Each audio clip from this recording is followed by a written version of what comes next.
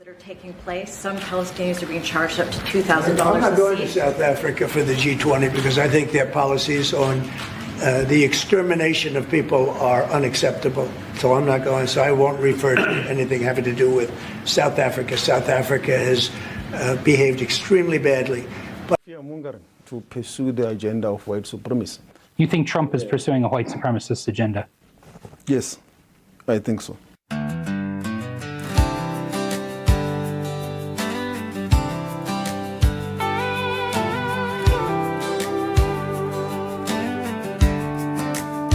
Sunrise over DC, coffee in my hand. Saw the headlines from a faraway land. South Africa's politicos running their mouth again about America and me. Where does it all end? They're about a whole year of the same old tune. name calling in tall tales beneath the African moon. Oh, it's more trash in the USA. I declare, while their own folks are struggling beyond all compare, pointing fingers outward, ignoring what's inside. For Afrikaners and minorities, nowhere left to hide. Well, this cowboy's had enough, Patience wearing thin. gonna tell the world the truth. Where do I begin? They talk about freedom and justice for all, while their own people are answering a different call. Farmers on their homesteads, Living in fear and dread, minority voices silence words left unsaid. promises like tumbleweeds blowing in the breeze, while their leaders keep on preaching, Bringing us to our knees. Oh, it's more trash in the USA. I declare, while their own folks are struggling beyond all compare, pointing fingers outward, ignoring what's inside. For Afrikaners and minorities, nowhere left to hide. Well, this cowboy's had enough, patience wearing thin. gonna tell the world the truth. Where do I begin? I tried to stay quiet, Let it roll right on by. but a man can only take so much beneath God's sky. That's the honest truth. When you see folks suffering, it just ain't right. Gonna set the record straight with all of my might.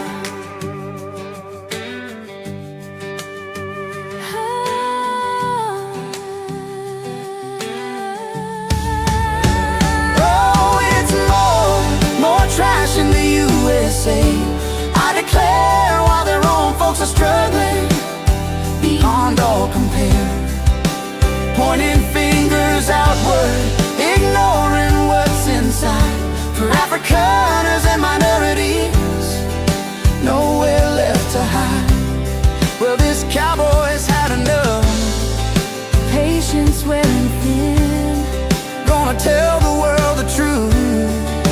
Where do I begin? Yeah, more trash in the USA. But the truth will find its way. Pretoria, listen up to what I gotta say. God bless America, come what may. Come what may.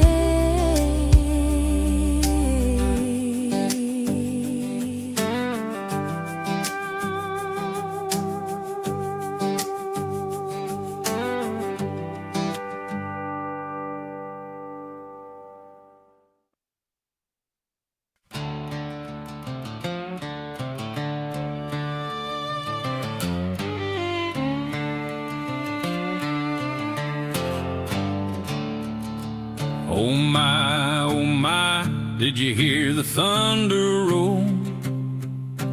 They came in the dead of night to take a tyrant's soul.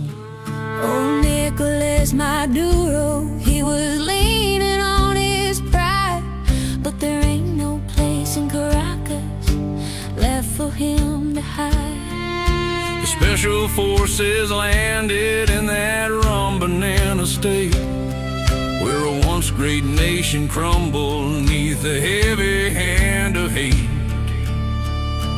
Now he's sitting in a Brooklyn jail, staring at the wall, pondering the arrogance that led to such a fall. The defiance and the missteps, yeah, they failed him in the end.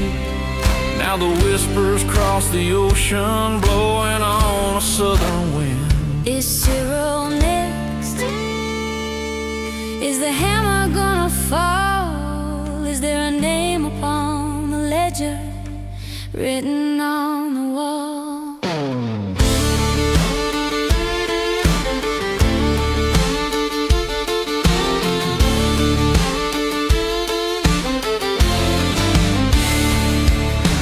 Over in Pretoria, there's a man who's losing sleep, with a secret in the shadows that he's trying hard to keep.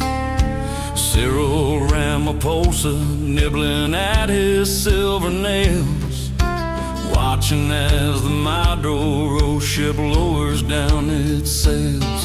He's pacing around the Union buildings, looking at the gate, wondering if the waffle man has met a similar fate. Now why would Cyril worry about the boys in Desert Camo? What's he got to hide behind his political enamor? Well, that MTN problem, it just won't fade away. Like a ghost from the boardroom, coming back to play. Did it help the sons of Tehran? Did the money find a way to finance all those rogue actors in the heat of the affray?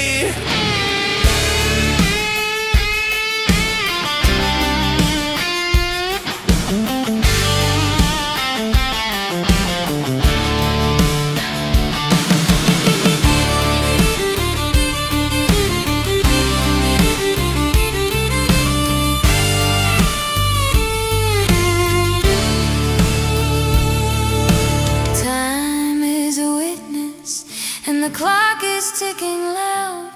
There's a storm cloud gathered above the Joburg crowd. Is it justice? Is it vengeance? Or a debt that's come due?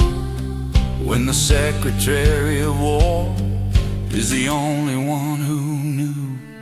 Is Ramaphosa next? Well, nobody can say, but the special forces don't usually wait for the day. Is he next? Is he next? Just a lonesome waffle man, wondering who's next.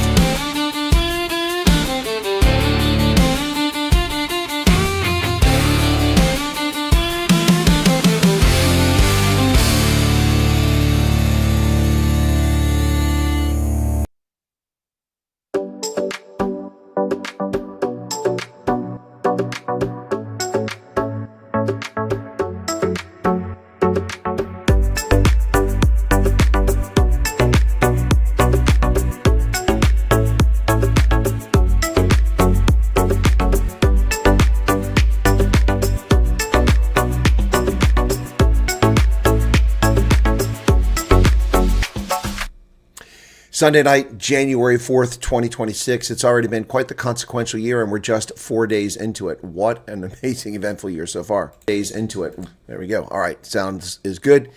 All right, folks. Sorry, it's just a habit after, the software and the microphone's acting up for a while there. My cable company keeps calling me endlessly. I don't know why.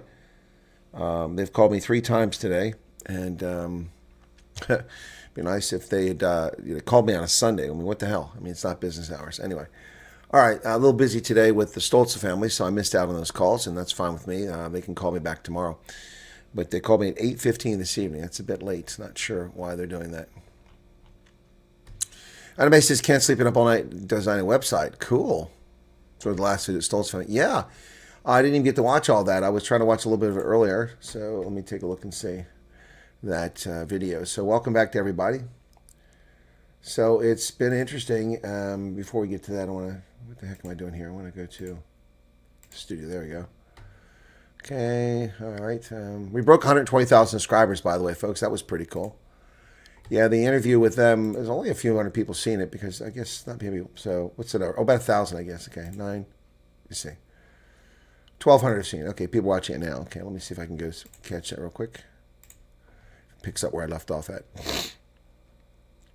No, it doesn't because it's on here. So yeah, it was pretty cool though. This was at Gettysburg. It just plays for a couple moments and then we'll get back to our discussion for tonight. This is the battlefield at Gettysburg. Yeah, stolz, which means proud. That's a good term. So we're here at the Gettysburg National Monument, the battlefield site with the family.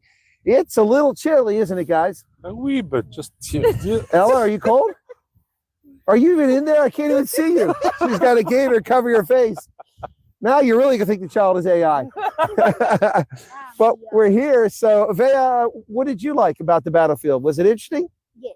It was. Good, awesome, and huge, and there were many things, and I like it. It was very good. No, wow, there's a ringing endorsement. I love it. Okay. And what else did you see? I see army things and platoons and cannons. Cannons. Yeah, and monuments. Lots of Lots of Yeah, lots of, boy, a lot of monuments. They're everywhere, aren't they? Yep. Yeah. But it's awesome. Yeah. It's so old here. Yeah. Yeah, well, it hasn't been damaged, defaced, stolen, ripped down. Yeah. No, it's amazing. So we're at the spot of the battlefield where Pickett's charge occurred. And just behind the family here is where you can see a monument there. You don't have to move. It's, where's it at? Here's my finger at. There it is right there. So there's the monument right there.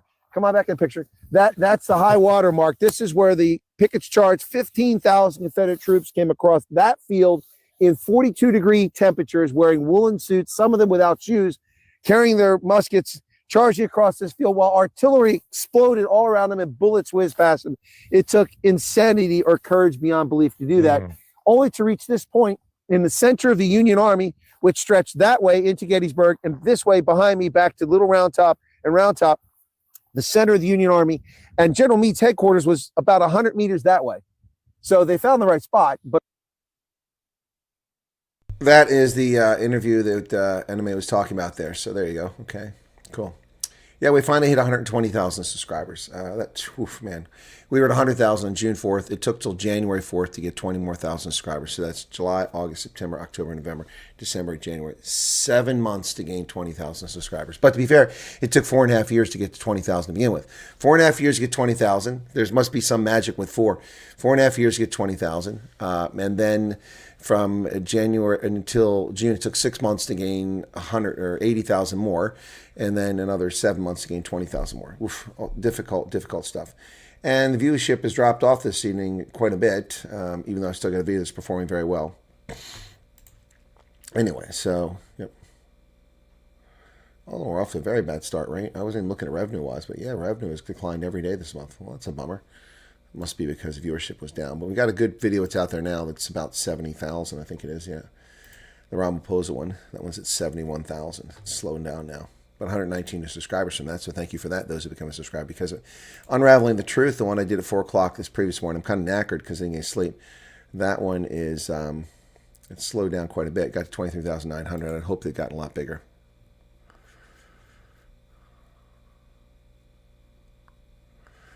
Leader of Iran nearly gone. Leader planning to flee to Russia. Well, we'll see if he gets out. So, Jules, Anime, Werner Stoltz says, hey, Werner, had loads of fun. We had a lot of good time today. Iran nearly gone. Okay, AJ Quinn, Manny van Rooyen, Chris Marie, Charles Edward Cook. Okay, Denise Bellingham. Oh, there's Nicola from Bolito. Hey, Nicola, you like that one? Okay. Cool beans. Utopi's here. Ants is here. Good to see you. Phoenix. Petros van der Linde. Jarethra, welcome to you. And Pat Meister is back. Krista van Arda, Gerrit Unger, Sharky Mas. Oh, Crippy Kint just did a 35 Rand super chat. Thank you for that super chat, super sticker. Appreciate that. Clouds are starting to gather. Jean Bobby Jean, what's going on? Manny Foreign, Elsie van Rooyen, Zay Martinez is back. Sean Velgemund, welcome to you. Guys, what a long weekend. I'm knackered, and I got a long week ahead of me. The Stoltz family wore me out, man. Tired. I'm sure they're a little tired, too. It was a long drive back down to where they're headed. They're down in Washington District, Columbia time. What is that? A little spot there on my arm. What happened there? Anyway, yeah, Rian, welcome to you. So let's begin tonight's conversation with a little voice message from Donald Trump as part of his press conference in the on board Air Force One. It's audio only. There's no film allowed to be taken of this, but this was on Air Force One earlier today. And so is Mark. No, both. It sounds like I he's would say been equal. the go-to, and you were just talking about Cuba and what could come next there. Are you considering U.S. action in Cuba? We're not. I think it's just going to fall. I don't think we need any action. It looks like it's going down. It's going down for the count. You ever watch a fight? I have. They go down for the count. And Cuba looks like it's going down. What do you think, Howard? It's going down. They've lived off of Venezuela, right? The economics were all Venezuelan, right? That's why you said the protective force of Maduro was Cuban, right? They were Cuban guards. So they were just paying Cuba when that money stops. Don't hire them in the future. Yeah, they weren't very good. People from our country who were forced to come over, they really didn't want, they were from Cuba. People from different countries like to stay in those countries, whatever, whether it's good, bad, or indifferent. And people want to go back to Cuba, and they want to work in Cuba, but Cuba's going down for the count. Thank you very much, everybody. Mr. President, is Elon Musk back in the fold? You had dinner with him last night at Mar-a-Lago. Elon's great. I say about Elon, he's 80% super genius. 80%. And 20% he makes mistakes. But he's I say about Elon, he's 80% super genius, 20% mistakes. Donald Trump. He doesn't stop. Mile High got a gifted membership. I don't know who it was, but that's awesome. Sandy, welcome back. And the news session. Which news session was that, Crippy? The one earlier today? Cool. We had a big audience for that. And what did I miss here? Something else. Yeah, I think I caught up with all that. Okay. So, speaking of Cuba, the reason I played that audio is because 32 Cuban fighters were killed in the raid on Venezuela. A total of 80 people apparently died in this raid. Oh, he's still awake, is he? Vanna, still awake. Havana declares 2 days of mourning for the Cubans killed in USA's operation to capture Nicolas Maduro. The government of Cuba has announced that 32 of its citizens were killed during the raid by the United States military to abduct Venezuelan President Nicolas Maduro. It said on Sunday there would be 2 days of mourning, January 5th and 6th, in honor of those killed, and that funeral arrangements would be announced. State-run Prensa Latina agency said the Cuban fighters were killed while carrying out missions on behalf of the country's military at the request of the Venezuelan government. The agency cited a government statement and said the Cubans fell in direct combat against the attackers as a result of the bombing of the facilities. The Cuban government described the U.S. raids as a new criminal act of aggression and state terrorism. I don't really think we care. I don't really think we care. By the way, I picked up his T-shirt today at the Visitor Center in Gettysburg. There you go, Gettysburg National Military Park. The only thing that was even remotely affordable. They want $58 for a hoodie. I think that they think I'm Elon Musk. That ain't happening.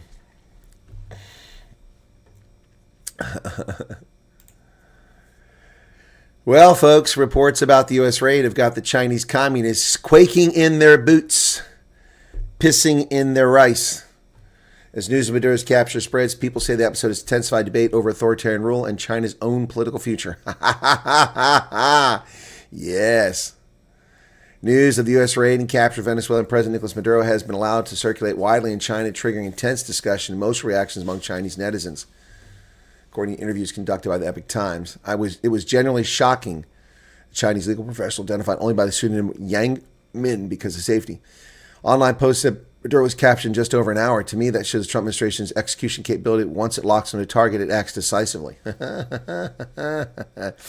Yang said he sees the reported apprehension in the context of broader political upheaval among regimes traditionally aligned with Beijing.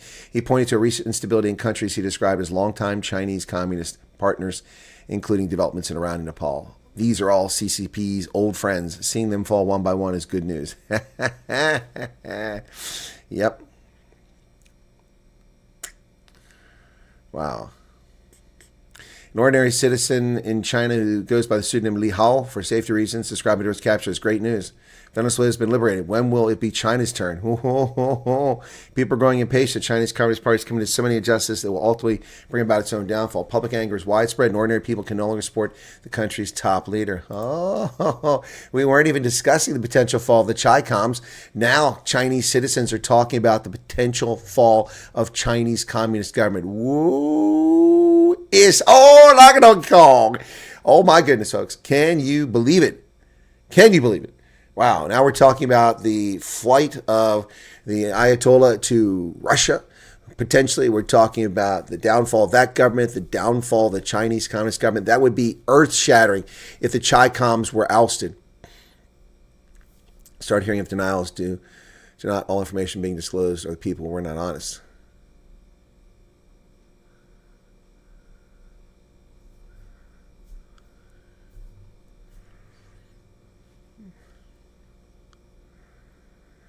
Okay, Sean, I don't know what you're talking about. I'm going to try and unpack that. I'm guessing what you're trying to tell me, Sean, is that Lili and Mornay are reporting cases of South Africans who've been denied refugee status because they lied.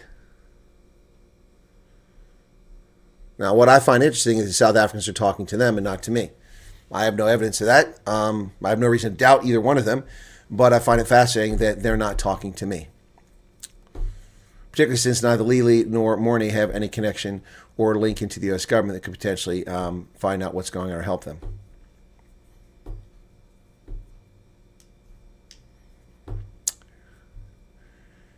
Bobby Jean says, correct. Correct about what? What I just said about Lili and...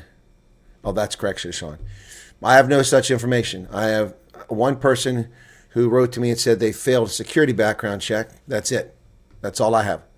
That's all I have. I have no person. I'm unaware of a single person being denied refugee status.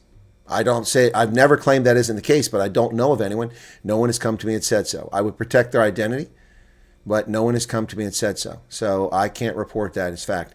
What happens in WhatsApp groups and where a bunch of cockprodders get involved and in Facebook groups with a bunch of cockprodders, many of whom bullshit and lie to people, I can't report that as news. I cannot report that as news. And I cannot analyze rumor and innuendo. If there are sufficient amounts of it and I see it somewhere, I can analyze it, but I've not seen anything from anybody, anywhere, at any time on anything about a person being denied refugee status from South Africa. I'm aware of people who've lost their asylum bids, but I'm not aware of anyone who has been denied that.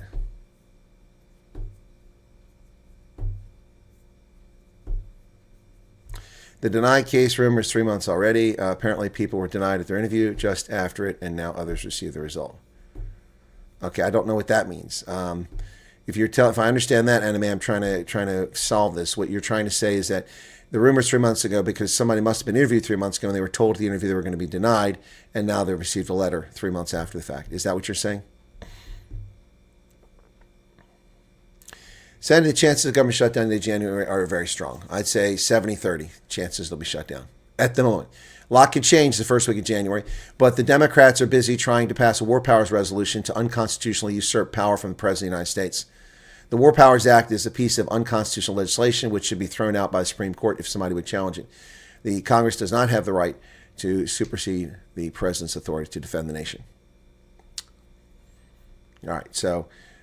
I don't know, guys. I mean, if people don't talk to me, if I don't know, I have nothing from U.S. government sources telling me anybody's ever been denied. But then I don't have direct contact with USCI, so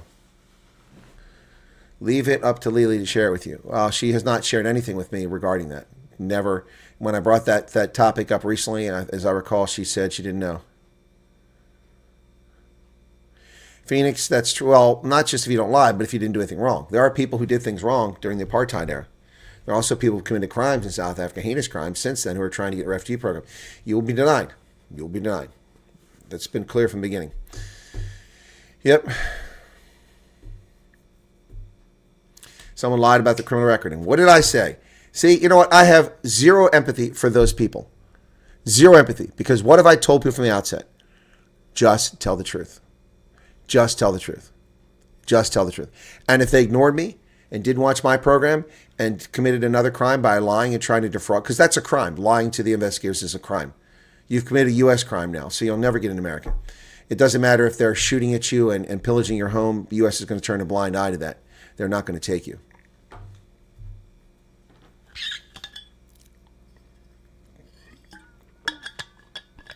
Thank you, Anime. That's much clearer now. That's much clearer. Thank you for that. Yep. See, that's the problem with this bullshit, the dog chasing its tail. See, 3 months ago, the rumor. 3 months ago. Well, it's been 3 months. That person hasn't come forward, hasn't said anything. Have they asked to lodge an appeal, if they can even do that? So that's the problem with rumors, folks. See, now this will get blown up in all kinds of things, which are bullshit. Look at what happened with Spill the Tea and the gentleman who purported to be Thea von Stratton's husband. Whether he is or not, I don't know. I can't attest to that. I don't know the guy. I never met him. I never met her husband. I don't even know his name.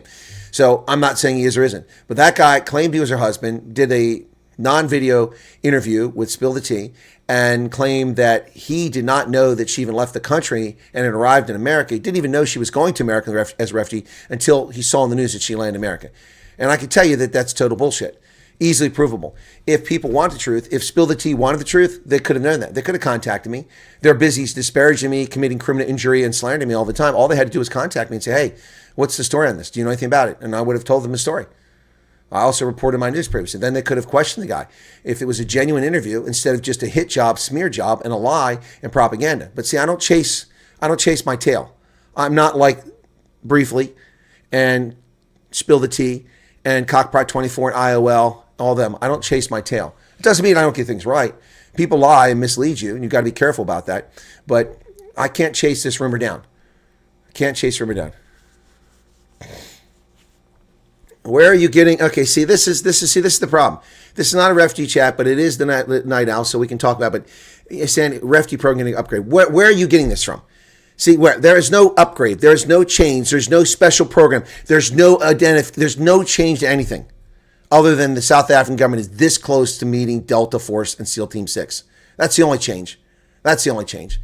The behavior of the South African government in the aftermath of the arrest of the criminal, the person who proclaimed to be the president of Venezuela, but illegally was not the president of Venezuela, and being arrested and detained and taken away to be prosecuted for an indictment that was passed in 2020, not today, 2020. So that since then, the South African government, Chris Wyatt and others have foolishly attacked the United States, called for nonsense, multilateral bullshit. That's the position a weak nation would take, multilateral bullshit. There's no change. There's no change. Where are you guys getting this from? Where is this coming from? Where is this coming from? There are people spreading rumors without any basis of fact. There was a pilot project effort in November about the refugee program, which wasn't even worth mentioning because it had virtually no impact on any of you. You would have not known about it. It was administrative in the background, did not affect you in any way.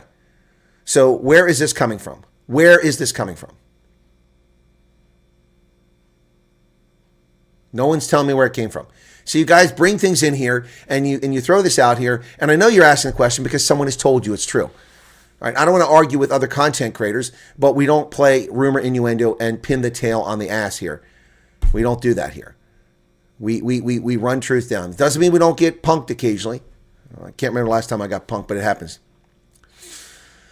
Roberto, do you think there was an insurgency after Halliburton and the oil majors move in? Dude, you got to stop worrying about Halliburton. Halliburton is a non-factor. They're nobody.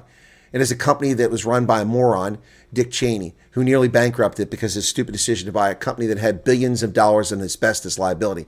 Nearly bankrupted Halliburton. And despite the fantasies of conspiracy theorists about Iraq and Halliburton, it was all about making money there. Halliburton didn't make much of anything in Iraq. They ran the food services contract and they lost their ass in Iraq. They didn't make much money because it's a poorly run company. It's lucky to be in business, quite frankly. I haven't looked at Halliburton in several years, but Halliburton is a non-entity. It's like Hess. Hess has no impact anywhere. Now, I don't know why people are just obsessed with Halliburton. Right, future looks bright. Other podcasts are spreading unconfirmed rumors is not helping. That's the job of mainstream media. Exactly right. Exactly right. That's why people come here.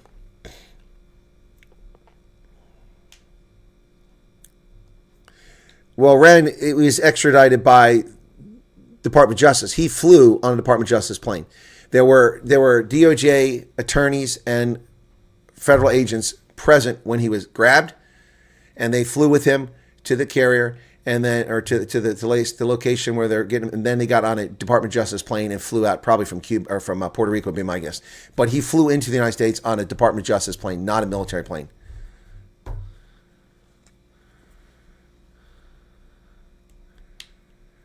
Does everyone know that Lily and Chris are in time zones 1 hour apart? The reason why we get live stream notifications simultaneously. I have no idea what you're talking about, Anime. We are in a different time zone, that's correct, but what does that have to do with anything?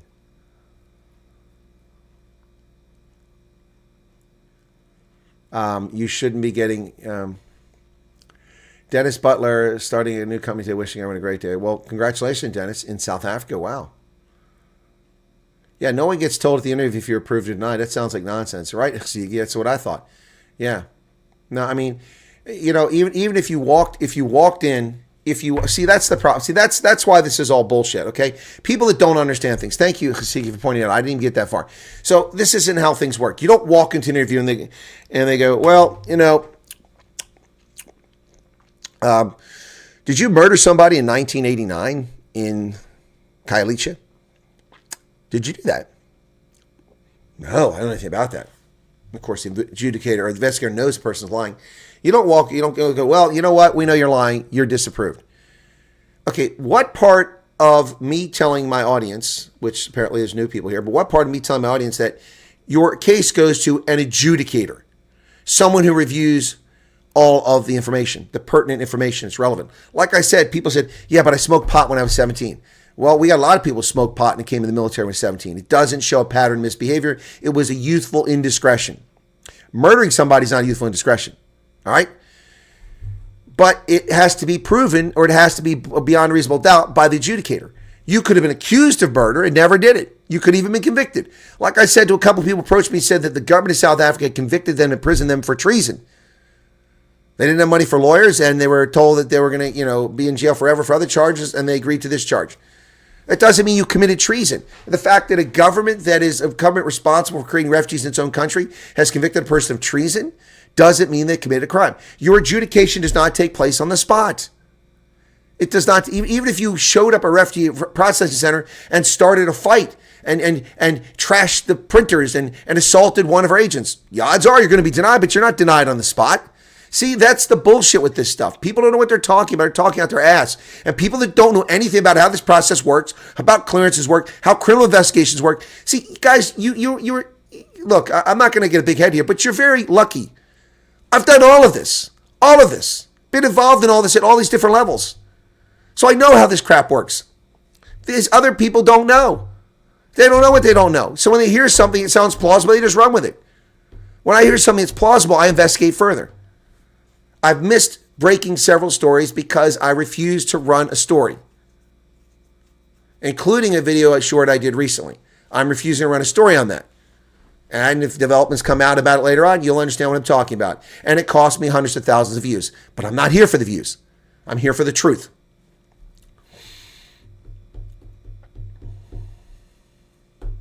But I don't understand what's the point about me and Lily being in different time zones. You won't get notification same time. You'll get a notification 30 minutes before our video. You're supposed to get a notification of an upcoming live stream 30 minutes before it goes live. That's what's supposed to happen. So if we are in different time zones, unless the video starts at the same time, it won't matter. Do you guys understand that? So if, for instance, I'm not picking on Lee, but somebody in Texas has a stream at the same time I'm doing, at 9 o'clock their time, it's 10 o'clock my time, well, you'll get the notification at the same time. But if they have it at their time at 10 o'clock and my time 10 o'clock, you'll get it half an hour after I start. If you feel the need to lie during the process, then maybe a life-changing opportunity is not. If you feel the need to lie, then we don't want you. It wasn't Maduro. It was actually Gustavo Petro who ran his mouth. Let me find that one. I've got that video. This is from November. Yeah. So this is from November. This is Gustavo Petro, the asshat from Colombia, who refused to take prisoners after he agreed to take prisoners, his criminals who invaded our country. He agreed to accept them for a flight back to Colombia. A C-17 was en route. Just before they landed, an hour before they landed, he told the air traffic controllers to deny them landing rights. They contacted. Trump was in Florida and he's on the golf course. He picked up his mobile phone. He answered it and he talked to him. He said, okay, fine. Today, 50% tariffs on all Colombian imports. A week from today, 100% unless they relent. They told him within an hour, they got the message. The flight, which had turned around to come back to the States, had turned around, was headed back to Colombia. And then he sent his personal jet to get more of his criminals. But this is him in November responding to Marco Rubio, which is apropos. If Rubio wants to get me, let him come get me. Guess what? Dude, you shouldn't open your mouth. You shouldn't open your mouth because guess what? We can come get you and we will come get you. Y entonces le tengo que decir al señor Marco Rubio, hermano, si me va a meter preso a ver si puede. Si me quiere poner la pijama naranja, inténtelo. Pero este pueblo no se le arrodilla. Sus odios del pasado, que no los conozco, ni ningún colombiano es culpable de lo que le pasó a su abuelo o a su papá. Yeah, so he's referencing Marco Rubio's grandparents and father who were from Cuba and abused by the Cuban authorities. He's trying to say, well, I don't know anything about them. But that isn't germane, buddy.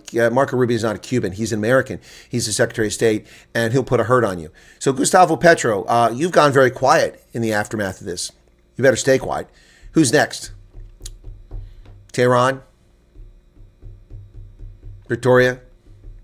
Who's next? There was someone smoking pot at the interviews. All the dude that did the announcement said was, don't do it close to the interview rooms. Someone was smoking pot at the interviews. Well, I don't want that person in my country. You have no business coming here unless you have medical marijuana and you had a prescription for it. You have no business being here.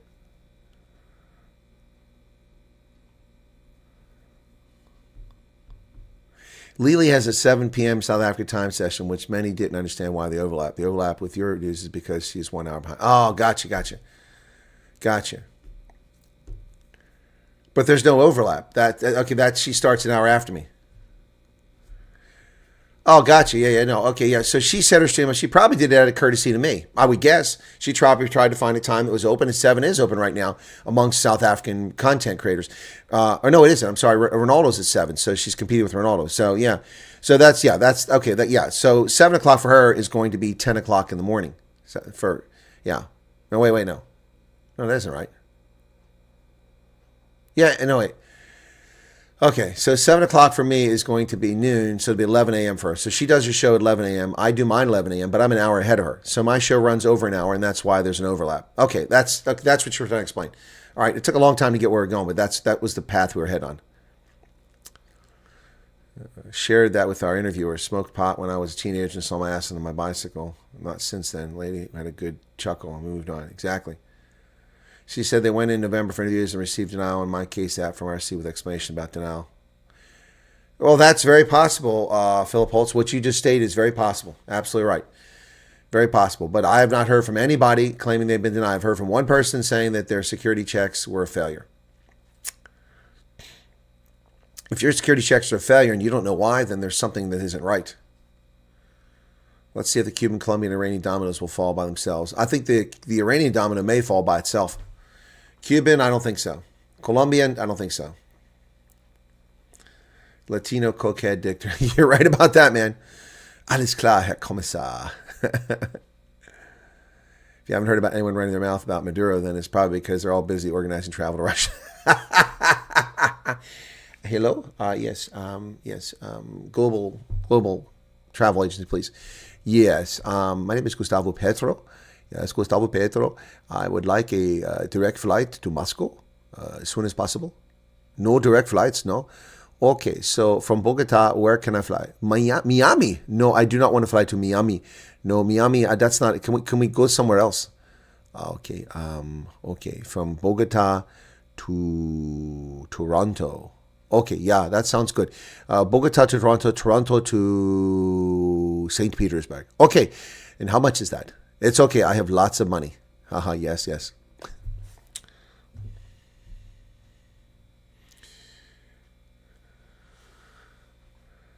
Does anybody know where Cyril is? Yeah, he's in Mauritius. Karen, how's it going? Issues with your phone working through. Try to set my new phone, so missed a few lives. Also looking for a microwave. Yeah. Searching jobs, helping out on WhatsApp. Okay. Yeah, Hendo, it only took 7 months to get 20,000 subscribers. Not even 3,000 a month.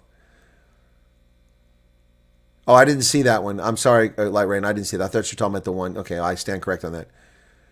I'm waiting for you. Don't be late. I didn't see that one, man. Well, guess what? He's not waiting anymore. Delta kicked the door at 1:01 a.m., 1 minute late. Thank you, Veroshka. Sorry about that, Light Rain. Thank you for updating me on that. I thought you were referring to the other video. Let's have poll and see which regime. Yeah, let's do that. Okay, let's do regime change. There you go.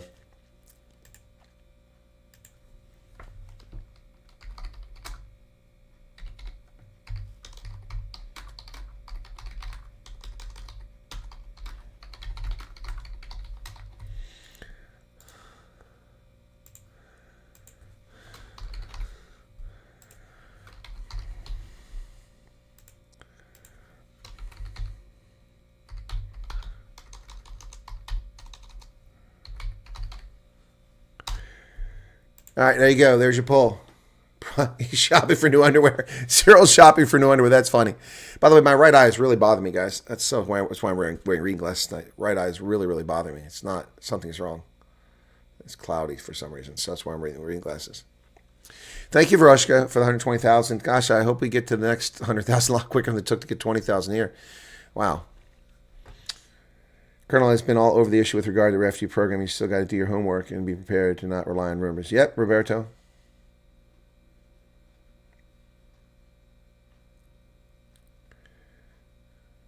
Anime sent me a video. Oh, I didn't see that. Sorry, Anime. I've got thousands of WhatsApp messages come in today. Okay. Let me see if I can find your messages. Oh, I saw that. The guy looked like Mark Hamill, and I didn't go any further. I never watched it. Bernard Lugan. Les banques n'ont plus d'avenir. Oh, he's saying whites don't have a future in South Africa. I'll have to watch it. Oh, and is it your birthday? Is it your birthday, Krista? Oh, my goodness. Folks, it's Krista's birthday. You know what that means. I'm going to have to, with my audience getting bigger and bigger, I'm going to have cake out every day. There you go. There you go. Happy birthday to you.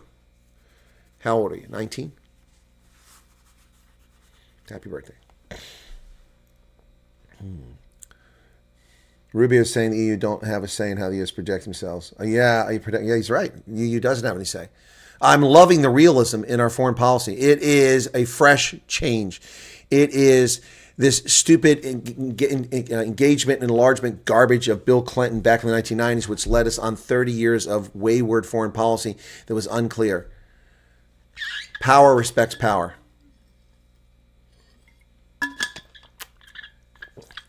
Andre Farmer, I don't know if we have enough planes to take all the people guilty of sins in South Africa out of the country. I don't know if we have that many planes.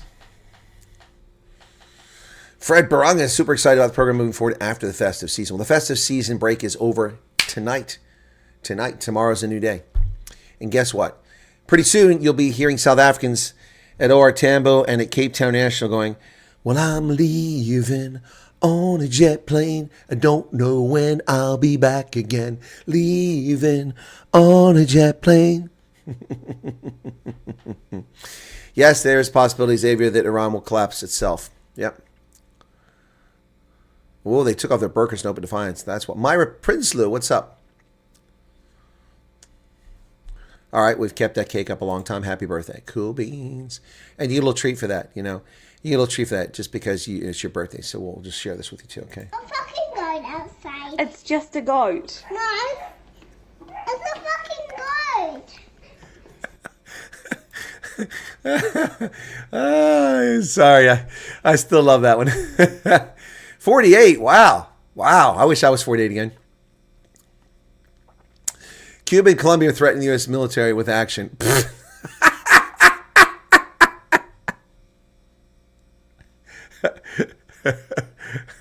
Okay, let me just do a bit. This is the news comes to Secretary of War Pete Hegseth. Mr. Secretary, Cuba and Colombia are threatening military action against the United States. Secretary Hegseth. What you talking about, Willis? Been following the Iran story on Tuesday since day one. Things are looking good for the Iranian people. Yeah, let's not get too excited. Icy chills. We saw this movie before. And it failed. So unless they actually get these clowns out, let's not get too excited. And what comes afterwards, that's a problem.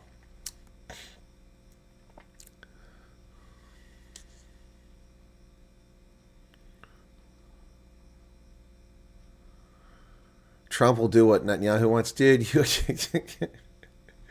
Trump has already chastised Israel several times since he's been president back. So I don't understand that belief in that. Then he replied that never heard of you, Colonel, and they are going very unprepared. Well, that's their fault, not mine. That's their fault for not doing any basic research. That's what they get for not talking to other people, not looking around, not doing a search. Let's see what happens.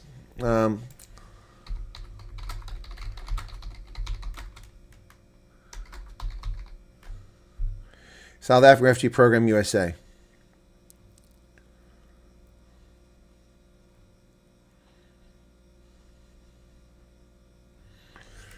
Okay, so here you go. South African refugees to USA. So I just did a search. Now, admittedly, I'm in a US IP address, so that has an impact, but you'll get something similar. So there's the embassy, actual location, my attorney, stay away from it, Wikipedia. Okay, I wonder what's listed in there. PBS, the Afrikaner exception, Harvard Kennedy School, BBC, RSC, Department of State. Oh, videos, okay. BBC a month ago. Oh, look at this. What South Africans need to know about the U.S. refugee program, June 17th. Huh. So there's my video, actually in a Google search. And that's just the first page. Look at that. June 17th. This one got 30,000 views. Hello, folks. Welcome back. This is Chris in Central Pennsylvania. I need to explain a few things to aspiring South African refugees for the resettlement program in the U.S. There seems to be some widespread misunderstanding of what an embassy is and how a refugee program works. Understandable, since most people don't deal with this every day. But I have addressed this hundreds, if not thousands of times over the past 4 months on my live broadcast, on my refugee question and answer sessions on Sundays, and even in a few prepared videos. But I'm prompted to respond today because of an email that I received this week. And I'm not going to tell you who sent the email. It's not important. And I've responded to this person already. And they shouldn't take offense to me using this content because I've received many emails like this. And frankly, you're not helping yourself or your case. Let me read the following to you and explain to you some misunderstandings, fundamental misunderstandings about how things are working. And I do blame a lot of the confusion on the U.S. government for failing to inform the public, okay? My wife and I have been filling in that statement of interest and sending mails to the U.S. Embassy for maybe 2-3 times a week with no reply. Well, if you went to the U.S. Embassy website, za.usembassy.gov in South Africa, and you filled out a statement of interest, you filled out a form on a Google server. You didn't send an email in, and you're not going to get a response, an auto reply from an email server because you didn't send it to an email server. So it will tell you it's been submitted after you finish it, click it, then you'll get something on the screen. I'd recommend doing a screen capture, taking a photograph with that. You're not going to get any other reply. My next question is, why are you sending multiple statements of interest? Have you become a different person? I don't mean that in a snarky fashion, but a person, a head of household, sends one statement of interest. Why would you think you would need to send another one? Put yourself in the shoes of the people who are dealing with these applications, these statements of interest. If someone sends multiple statements of interest, what does that mean? Other than they're just trying to annoy you and pester you. You're not helping your case. Once is enough. You're done. Wait your turn and be patient. That's all you can do. Unless you want to piss people off. And I don't know where you're sending emails to the U.S. Embassy. What email address are you sending to? The U.S. Embassy doesn't handle refugee resettlement. The State Department's Bureau of Population Resettlement and Migration handles refugee resettlement, not embassies. This is what makes the concept that people ask me, well, I live in Dubai, and why can't they interview me here? Because there's no refugee program in Dubai. Well, I live in Ireland. Why can't? Because there's no refugee program there. The refugee program is only applicable in this case for South Africans in South Africa. Hence, you must be interviewed in South Africa. The embassy doesn't do this. They have a day job, ladies and gentlemen. I've pointed this out so many times.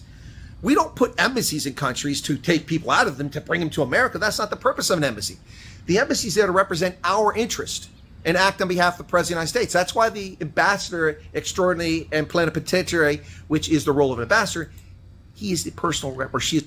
Well, Loretta, your sister, I have zero empathy for her. If she's too arrogant to watch my videos and too lazy to read the U.S. Embassy website, then she can stay and suffer what she must. That's on her. Sorry, I don't mean to be cold and calculated, but that's the reality. She's welcome to stay in South Africa. And I have no empathy for her whatsoever. None. New guy went to Eastern Europe to teach people in the former communist countries how business and banking work. Their trust was so broken they couldn't understand business loans work. Yep.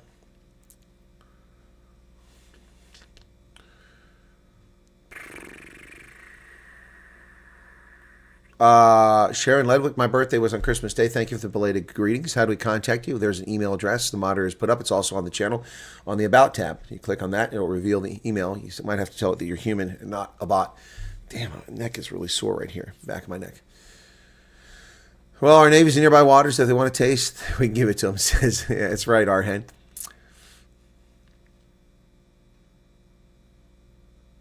Cuban speech. Look, he's having a stroke. I didn't see that. Yeah, Iran is getting quite crazy. Kasigi, there many have never heard of me. So I got you. I got you. But here's the thing. And this is, I don't blame it on people who are prospective refugees alone. I blame it on South Africa's media. South Africa's media has had an opportunity to tell the truth about this program for nearly a year. They've repeatedly lied, misled people, falsely claiming it's a program for farmers, then falsely claiming it's a program for Afrikaners exclusively, then lying about the program with the reporting breathlessly the likes of Ronald Lamola claiming it's a white supremacist activity when simply refusing to report the truth. They know the truth. They know that they can get the truth here. They have used my name. They've lied about me, many of them. They've misrepresented me. They've misrepresented the facts. And they have tried to use my content to write stories. Yet only the Daily Maverick and not Rebecca Davis. Mind you, not Rebecca Davis, who's lead author writing about the refugees, but a younger author contacted me and did research for a story, but never put me in a story. That's okay. At least he reached out. And I've been contacted by, who was it? One other media outlet. That's it, South Africa. I contacted briefly after they lied, and I told them their story is a lie, and then they printed another story, which is partially correct. Yeah, no, the media have all the, they have all the, but the problem, do you know why the South African media doesn't have me on? Do you know why I'm not interviewed by Newsroom Africa, not interviewed by SABC, despite the fact, or why I know more about this program than a so-called Canadian immigration expert or the foreign minister of South Africa or Stellenbosch University professors? Do you know why I know more and I'm more accurate and get this time and time again? Because I know what I'm talking about. And guess what? A real journalist would actually try to get a hold of me and say, hey, tell us about the program. Tell us from your perspective. But they don't do that. Do you know why? Because they've got penis envy. They know that if I go on Jacaranda FM, if I go on East Coast Radio, if I go on SABC, my name will be a household word and people will flock to this channel. And they don't want people to flock to this channel. They want your sister to be in the dark. They want your in-laws to be unhappy. They want you to suffer in silence. They want you to be oppressed. They don't want people flocking to this channel to get the truth. They'd much rather divide the audience. That's the bottom line. That's the bottom line. Anybody want to dispute that? I'm happy to hear you dispute it.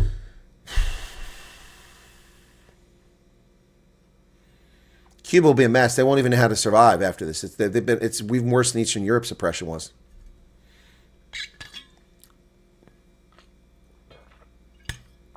Yeah, you're lazy people. A lot of lazy people out there. Yep. Now I'm getting inundated with people who are passing around my number and passing around my email address and sending me stuff and asking me, I'm sorry, this isn't direct to anybody, but stupid, dumbass questions, things we've addressed already in this chat. If they had the courtesy to watch a video, they'd know the answer. But they're too lazy to watch the video, so they feel perfectly comfortable wasting my life, the little bit of life I have on this planet, answering their questions instead of simply paying attention to what's out there.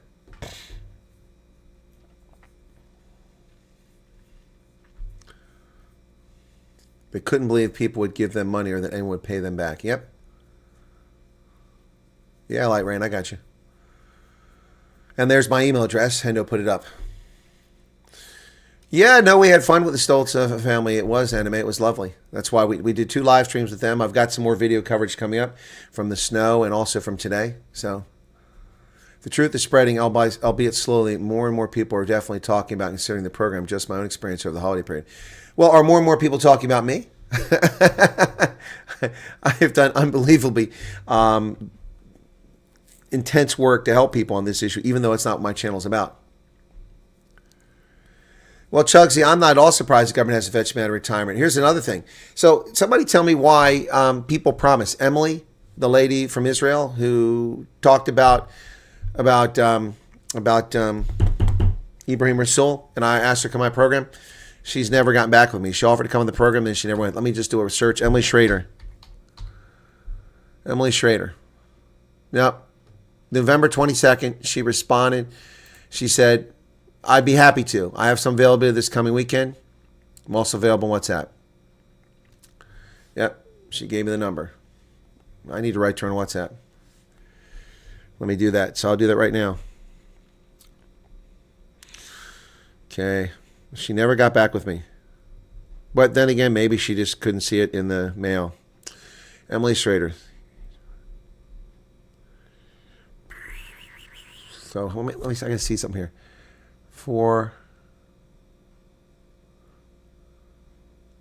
What is that?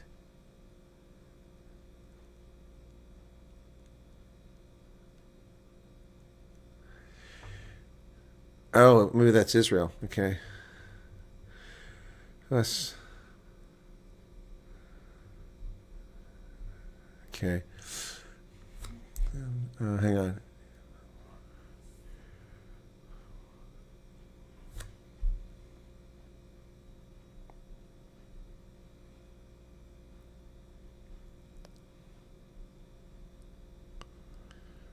Okay.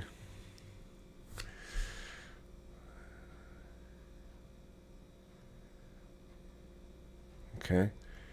Let's see if that's let me see if that. I think that's Israel, the country code.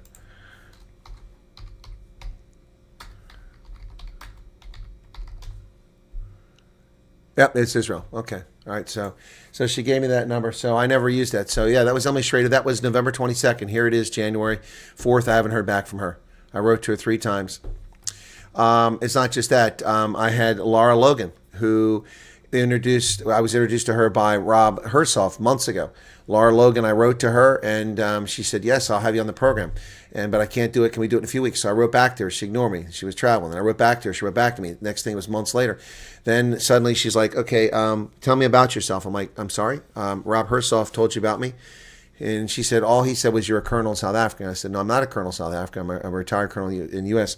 And I wrote to her, and I gave her links to my published works. I gave her links to my videos, and she never had the courtesy to get back with me. So I'm just going to cold call her one time. Yeah, Kudu Biltung is fine, Icy Chills. She's on JNS TV. Watch her on the channel. You're talking about Emily Schrader. She promised to come on my program, and I haven't heard from her since.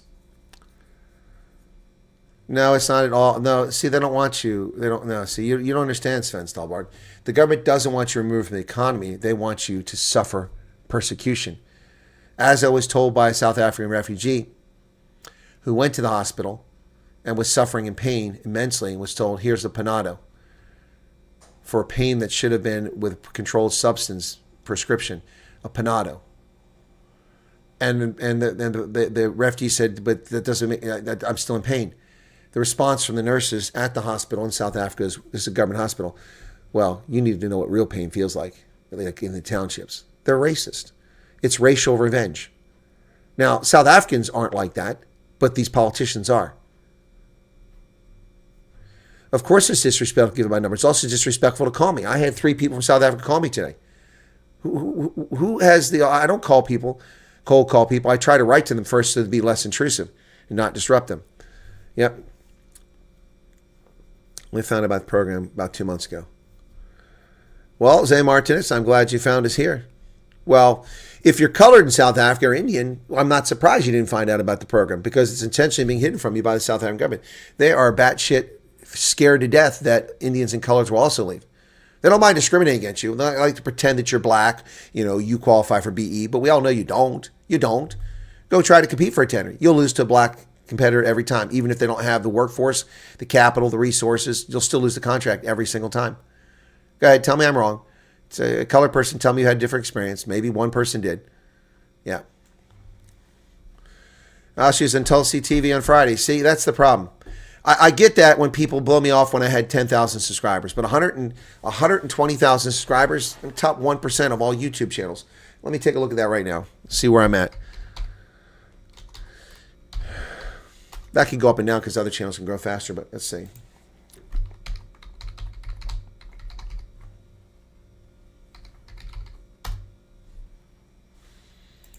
Okay. So I'm still ranked 2,186 out of about 85, 100 million YouTube channels in the top 2,200 channels worldwide. 2,200 channels worldwide. And not coming on my program? Whatever. See, Tusi's big because he's a Persian. So, and people watch that. Anyway.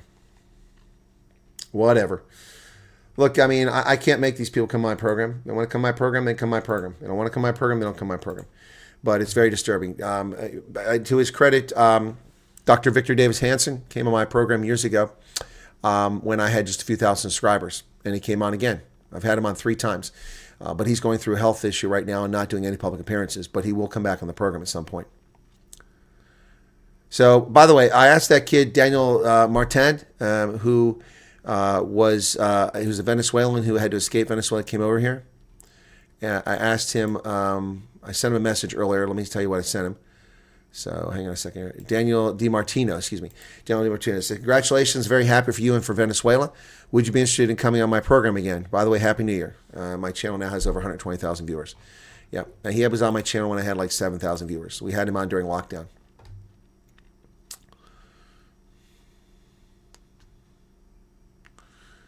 I referred some friends in Johannesburg to watch your channel for this channel. They went through the interviews and medicals and were accepted. They're waiting for the flight dates. Feel so lucky to have seen all these world events transpire with the Colonel. There are times in the past when it was just the Colonel, Eric, and a handful of people. Now we're here in the thick of it. Yep. Yeah, light rain's an OG, man. Longer they can make minorities suffer and just make us believe it's normal. We don't have other options. Yep. See, Karen von Viking, when I made a video about that, the Spill the Tea lady decided that she made a video about me and called me a liar. Where's the evidence? I'm not going to expose the names of people that's happened to. I've told you there are anecdotal cases. I don't have to prove anecdotal cases. If you don't believe my reputation, you think I'm going to lie to you, then that just shows you, not my audience, I'm talking about that person, shows you how small-minded, petty, and stupid you are. What do I gain from lying to anybody? See, these are unaccomplished people who've never done anything successful in their life, and they don't understand reputational damage done by lying to people. Getting something wrong is one thing. Intentionally lying is another thing. These people are so used and so warped and so accepting of lies, that's who they are, that's their nature, that it's second nature for them to lie. And, they don't care about reputational damage because their reputation is based on lies. Everything they say is a lie. Politicians and certain content creators. Yep. Good morning, Lawrence. Yeah, I talked about that. I made a video. And that all came because of Jay Langton and her cervical cancer scare. Made a video. And that's why they came after me, because I took exception to that, having interviewed them. Trying to claim that, there's no healthcare in America. Oh, shame. That's the best fucking healthcare in the world here. Sorry for the language, folks. Hopefully you don't have children at this hour. It's the best healthcare on the planet in this country. The best. Bar none. But the payment system is screwed up and the cost of it's out of control because of government interference. The creation of Medicare, then Medicaid, then Obamacare, all destroyed healthcare financing. It is a complete disaster. And now we have millions of people who have no health care coverage, just like we had when Obamacare was passed. 20 million working Americans were pushed off of health care because of Obamacare, the Unaffordable Care Act. There's the best health care on the planet here. The problem is that we give it away to illegal aliens, and we pay for the illegal aliens. They pay nothing. We're talking 30 million people flooding our health care system with diseases that haven't been seen in decades by doctors. We have doctors that have no experience with it. And listen, this happens. When I went to get an immunization to go to, where was I going? To Liberia, I think it was, in 2007. I went to the Army clinic at Fort Meade, Maryland, which used to be a hospital. Now it's a clinic. They looked at my shot record for immunizations and like, what's this? I said, that's gamma globin. What's that for? These are medical professionals who give immunizations. They didn't know what a gamma globin shot was. How do you not know what that is? Fortunately, an older Jewish doctor who was working there came by, and he goes, "Oh yeah, that's what we used to give people for hepatitis before we had hepatitis immunizations. You give them Gamiglob." He said, "Yeah, it's big." I said, "Yeah, it's a big horse needle with a whole bunch of fluid. It hurts like hell when it goes in. You're supposed to take it in the bum, but I took it in the arm." He said, "You took it in the arm?" He said, "You're a brave man, Colonel." I said, "Well, I didn't want to not be able to sit on the plane." Yeah. So we have diseases that are making a comeback in this country because illegal aliens bringing their pestilence in this country. And we treat them and waste medical resources on them. Plus, we have millions of people with chronic lifestyle diseases because they're too lazy to exercise. They eat poorly. They don't take care of themselves. They don't brush their teeth properly. They don't floss. They don't exercise. They don't diet properly. And they have chronic hypertension, high blood pressure, type 2 diabetes, and all sorts of other issues, heart issues. Trillions of dollars wasted in healthcare for people who should be perfectly healthy if they just took care of themselves a little bit better. Not even a lot. So, yeah, anyway. But that all started because that lady made a video and it pissed me off.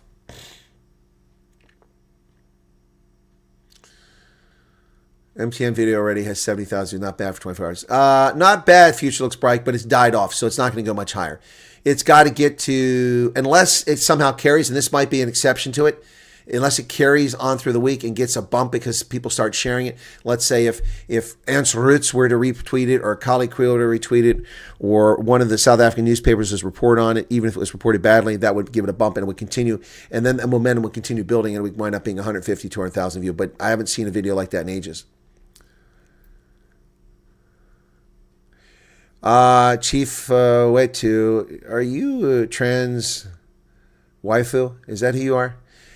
Yes, you are late to the program. I did discuss that because it came up in the context. People gave me part of the information. It took me a while to suss out what they're getting at. I don't know if Lily said that or Morny Bota. I don't know that guy. Anyway, he does all his videos in Afrikaans, and that's a concerted effort for me to listen to that to understand it. I've already covered this topic repeatedly early in the broadcast. Basically, I have no evidence whatsoever. I don't know. And the story that was given, the way it was explained to me, sounded like BS. Then later, there was a later explanation saying that people were interviewed in November, then December, got a letter saying they were denied. That seems plausible. But people claiming they were denied on the spot, I call BS.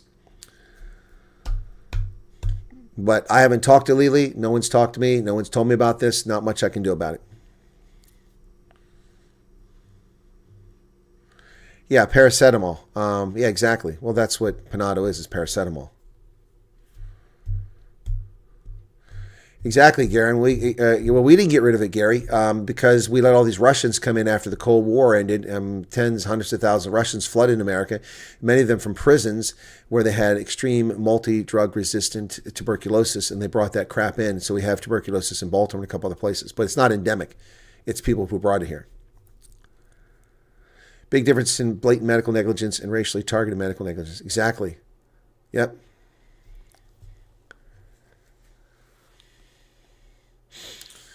Good morning, Nicole. Instead of improving the public health system, the ANC decided, let's rather destroy the private system and NHS so everything can be equally crap. Yep. Caracas stole, yes, they did. Caracas stole investment. Well, the Saudis did the same thing with Saudi Aramco. Yeah, they nationalized the oil industry. They stole all of our investment there. None of these countries could have any oil if it wasn't for us. Yep, they don't know what they're doing. Anyway, Tiki Keiser, what's up? Welcome to you. All right, so 163 votes out of 272 here. It's a pretty good audience for this morning's Night Owls. Iran is next. Cuba, Colombia. Yeah, I think that's probably the right numbers. You guys probably hit that one on the head. Yeah, if anyone's going to go, it's Iran. But Iran, it's because of popular. We're not even going to have to push Iran. But I don't know if it's going to happen. We cannot, the Revolutionary Republican Guards, they are for real. They will kill people. They don't give a crap. And it could stop things. So, that's something to keep in mind. So, anyway. So, I'm going to look at this Wikipedia place and see if I'm even mentioning the White South African Refugee Program, because it's not a White South African Refugee Program.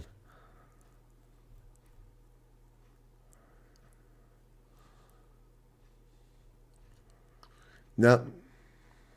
Not even mentioned. Almost everyone that's quoted here is a South African or Al Jazeera, BBC. No American sources are quoted.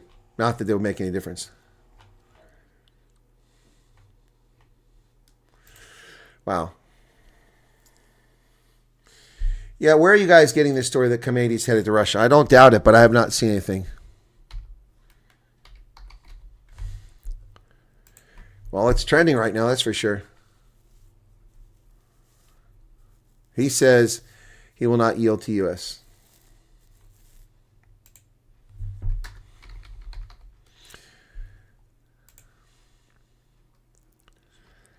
He has an escape plan. That's 4 hours ago.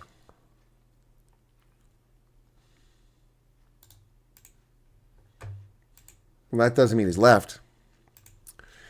Iran's Khamenei has an escape plan. You know, it's smart he has an escape plan. It's called Plan B. 20 close people, including family and aides.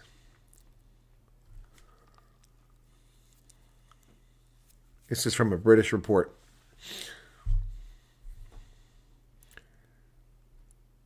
He has a $95 billion network. Wow.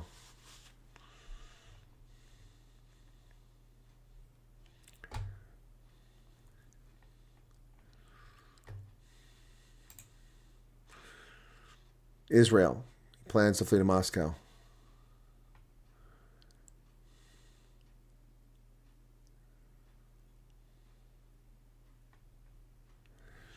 Huh. Yeah, well, that doesn't, see, guys, he had what on live TV? That he fled? He hasn't fled. See, this is the problem with spreading stuff. There's a British report saying he has a plan B. That doesn't mean he's fled. See how these rumors start now? There's even a search term that comes up. I type in Khamenei and it says Moscow. I didn't even do that.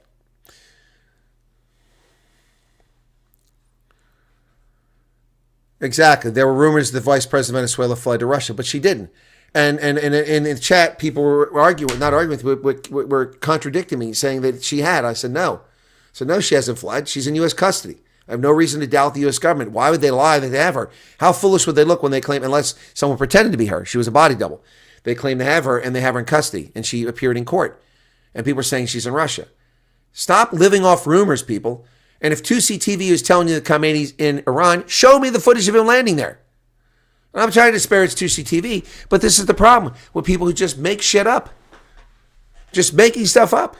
It's not real. He's not in Russia. He has a plan to go to Russia. He's not there. I have a plan to go to freaking Antarctica. Doesn't mean I'm there.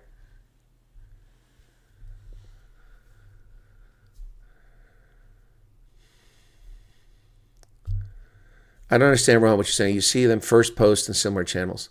Is first post a channel?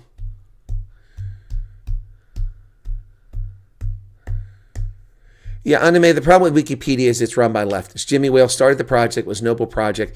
I'm an author on Wikipedia and an editor on Wikipedia.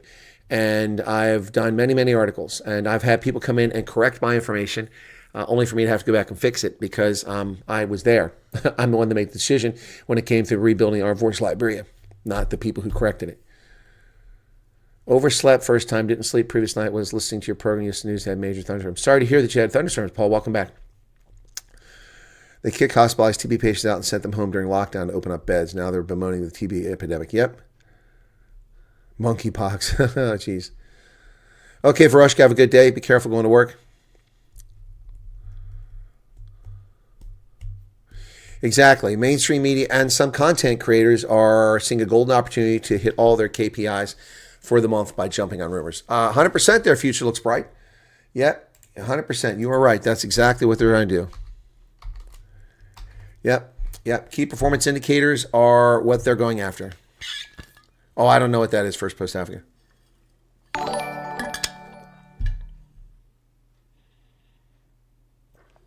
Leslie Ann von Wyk, welcome to you. I like that name, Leslie Ann. Leslie Ann Warren, pretty good actress back in the day. Very hot, too, in her day. Mainstream media, yep. So I don't know that. Look, I'm not trying to besmirch all the channels, and that's not what I do here. That there's no benefit, there's no good in speaking ill of other content creators. And I even didn't say anything bad about Scott Balson for years, even though he's a shitbird. Didn't do that for years until he slandered me repeatedly, and finally I had enough of it. But I held my powder on that for a year and a half at least before I said anything about that dirtball. So what I'm saying is, and I didn't watch content, so I can't speak authoritatively about it. CrossFit Queenswood, thank you for becoming a member. Appreciate that, guys. Yeah, what I can say is that if he's reporting that, I have no evidence of it. There's nothing on the internet. People have to be very careful about the way bullshit gets spread. Again, the whole thing that the vice president, that's one reason why I wasn't glad that I didn't report this, because when the Russian conflict broke out in Ukraine, remember that? See, I don't get credit for the stuff I do, man. I mean, when Russia invaded Ukraine, months prior to that, I was reporting and talking about the movement of 60,000 Russian troops to the border of Ukraine, the eastern border in the north, and along the border inside Belarus, the deployment of Russian troops, and how the Russians were getting ready to invade in the summer of 2021. I told you about that. Got no credit for it. Nobody but paying attention, tiny channel. And then when the invasion took place, I actually had flown that day down to Orlando, Florida to attend CPAC, the Conservative Political Action Convention down there as a journalist. And my American Airlines flight, of course, useless, got me there hours late. And then I picked up my rental car hours after I was supposed to, and I was given a Mustang. And then I drove to the Hilton, and the Hilton key machine was broken. They couldn't make a key for me, and they couldn't find the security guard because he was sleeping. They finally tracked him down, and then I got in my room, and I finally got in there, and it was hotter than blazes. I've been sweating in Florida because it's humid. And then I put my laptop on, and I went to go turn the shower on. Before I did, turn TV on, and Fox News was on the TV. Someone left it there, and there it is. They've invaded. They just literally invaded moments prior, just a couple minutes. And I went live, and we had 10,000 people show up in that stream. And I was spot on with my analysis from that point right there, from that very moment. But in this case, I'm glad I did break, because that night, it was easy for me. That very night, when that happened, if anybody remembers that live stream, when I did that, the night that Russia invaded Ukraine, I had people sending me videos saying, this is happening now. Really? You're showing me a video of an event that took place at night, and the invasion just took place at the break of dawn. And you're saying this is happening now. Okay, even if you're embellishing, that's the first thing. Second thing about the video is that I've seen this video before. It's from the Donbass in 2012, 2013. And you're showing it to me in 2022, claiming that the crucifixion of this Russian is going on right now. See, that's just not believable. And I told people from the outset there. So anyway, I'm not going to trust any AI, sorry. But there are some AI things that are pretty cool. I mean, this one was, let me see if I can find here. So the video that I did, the one that's at about 15,000 or something, let me see. Hendo. I think that I sent it to Hendo.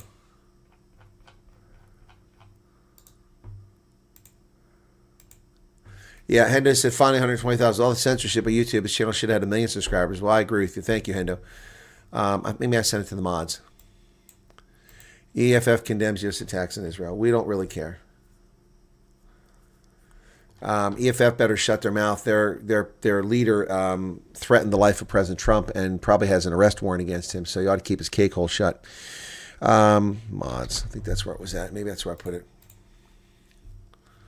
Yeah, there it is. So this is interesting. This was a summary. YouTube does this. So it looks at all the data, and it does it almost instantaneously.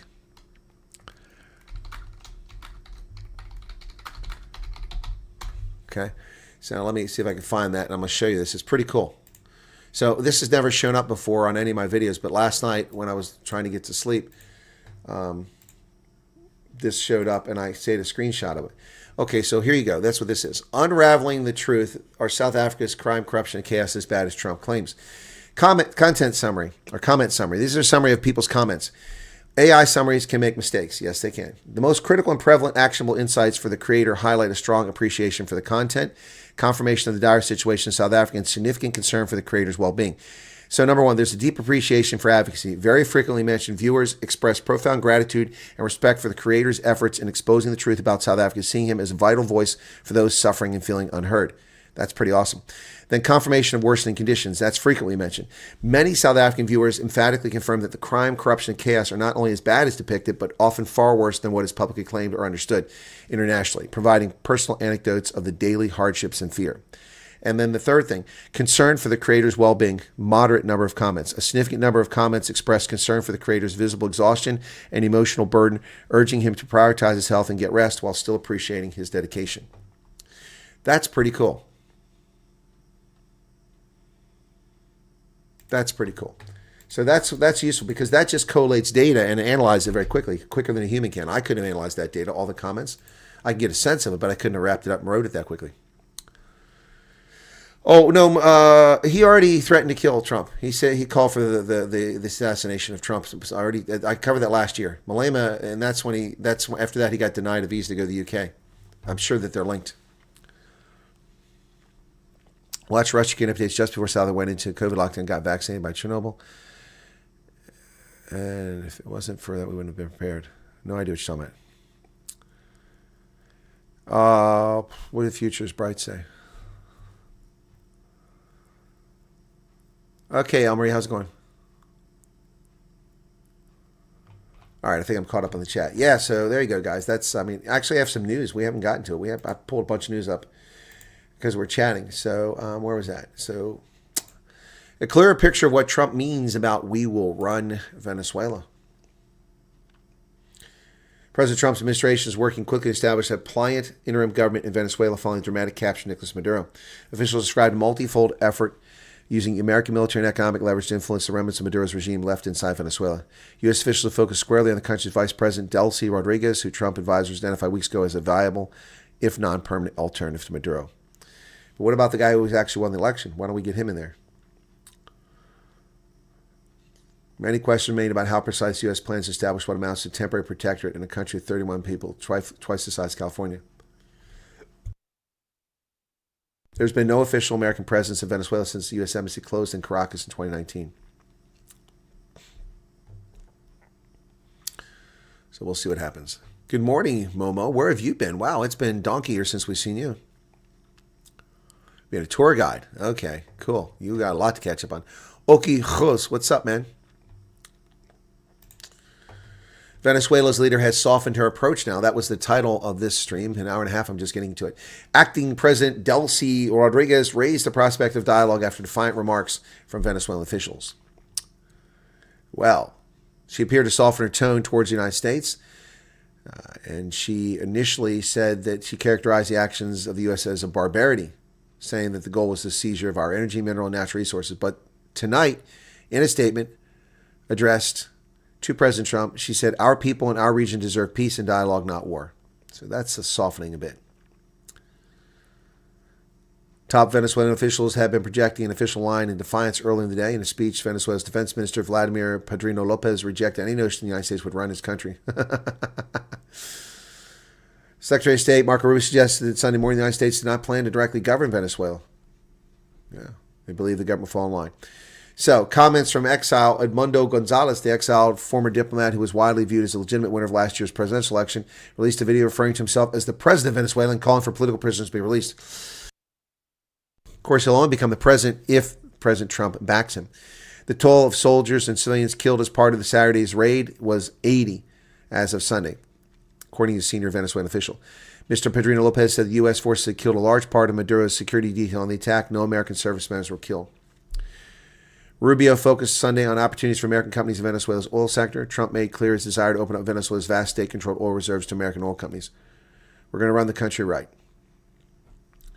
An indictment unsealed by a federal judge in New York City charged Mr. Maduro, his wife, and 4 others with 4 counts, including narco-terrorism, conspiracy to import cocaine, and possession of machine guns. Congressional criticism. Congressional Democrats, of course, including leaders typically briefed on classified matters, said they were being kept in the dark by the Trump administration about both the raid that seized Maduro and information on the next steps. Of course, Democrats were kept in the dark because they have blabbermouths and they violate their security access. They have no business knowing what's going on. They'll feel differently, but I don't. All right. Ian Moon, welcome to you. Police fetch Realm oppose that we're tired of this racist, rotten, corrupt to the core against the government genocide and discrimination take place against the white minority. It's not just the white minority, Gordon, but yes. Let's see if the ANC decides to tone down. No, they haven't. They immediately open their mouths. Everyone's saying about the oil fails to talk about the U.S. oil. Exactly. We developed the oil industry and they stole it from us. So they're all talking about the oil. Even if it's about the oil, that's justified. Yep. In August, a clandestine team of CIA officers slipped into Venezuela. The information they gathered was critical Saturday's pre-dawn raid, the riskiest military operation of its kind since Navy SEAL Team 6 took Osama bin Laden in Pakistan in 2011. For some of the millions of Venezuelans living in exile in Colombia, the American attack that posed their leader brought hope that they might one day return home. In New York, anti-war protests gathered, of course, because they hate America.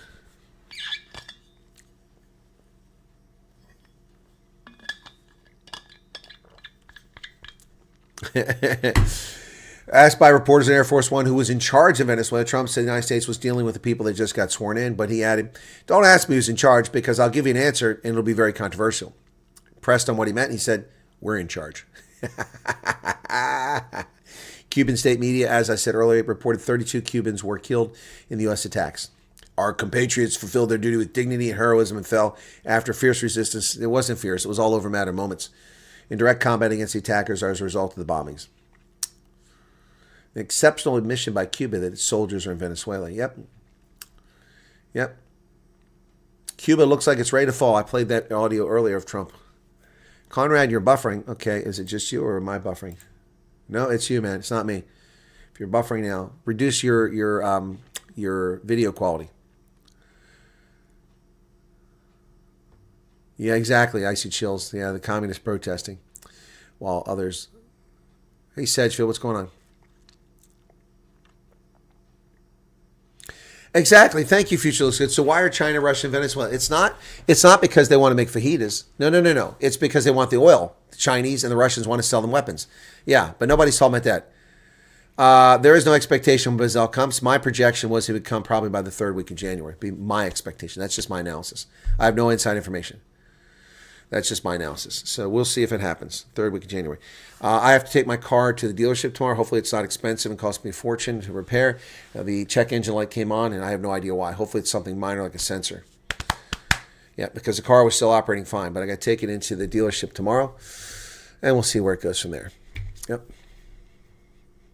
Hey, Luis Duplessis, what's going on? How you doing there? Be sure to hit the like button, folks. We got anybody hitting that like button? 199 likes. We can do better than that. I turned 75 of you here right now. Boy, it was fun yesterday because we were at 870, and I said, come on, we can get to 1,000 likes, and we pushed it to over 1,028. That was easy. Crippy Kid's on leave for a week. A full 5. Wow, 5 weeks of leave, man. Wow, that's pretty cool. I don't think I ever had that much leave. Let me see how this one's doing. It's morning now in South Africa, and it's a Monday morning, so my MTN video, if it's going to take off, will pick up now, but it's not. It's getting 300 views per hour. That's not a lot. So I don't know if it's going to get any more, but 71,000 views now. It'd be nice if that had 7 million views, but I'll never get a video like that, I'm sure. But that's my best performing video in quite a while. The last video that got 70,000, November 16th, I had a 64,000 on the raid. Okay, at 73,000 on December 12th. Yep. The last 100,000 video. Now it's really starting to stretch back a ways. Let's see, 100,000 video. Still looking for one.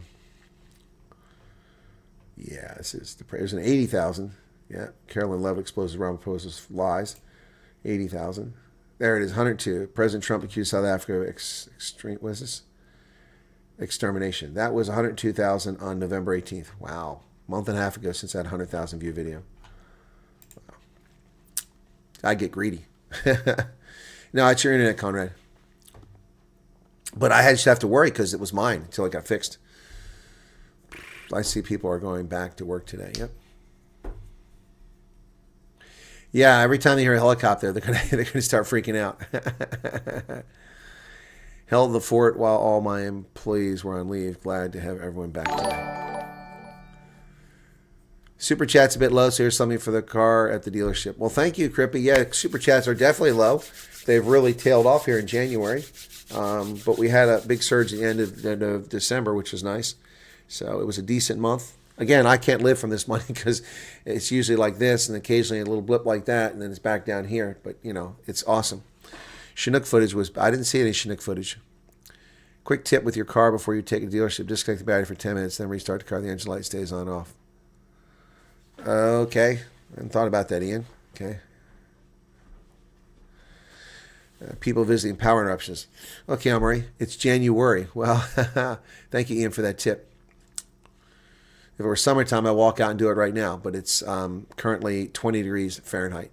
This is the temperature in which I start wearing caps for my ears, and I'll wear gloves. And boy, today, when I was in that interview I did with the Stoltz family, oh, man, my hands were exposed, and they were freezing. They were freezing. Yeah, the temperature was dropping rapidly because the sun was going down while we were out there. That was something else. So there's a super chat. Thank you for the super chat, man. That's, is that it? No, that can't be right. Yeah, there it is. Okay, it's updated now. Tinky Keiser just gave a super chat. Ooh, now the clouds are starting to get little tiny cumulus clouds. Thank you for 35 Rand. Starting to gather. Minor glitch, the light will go off.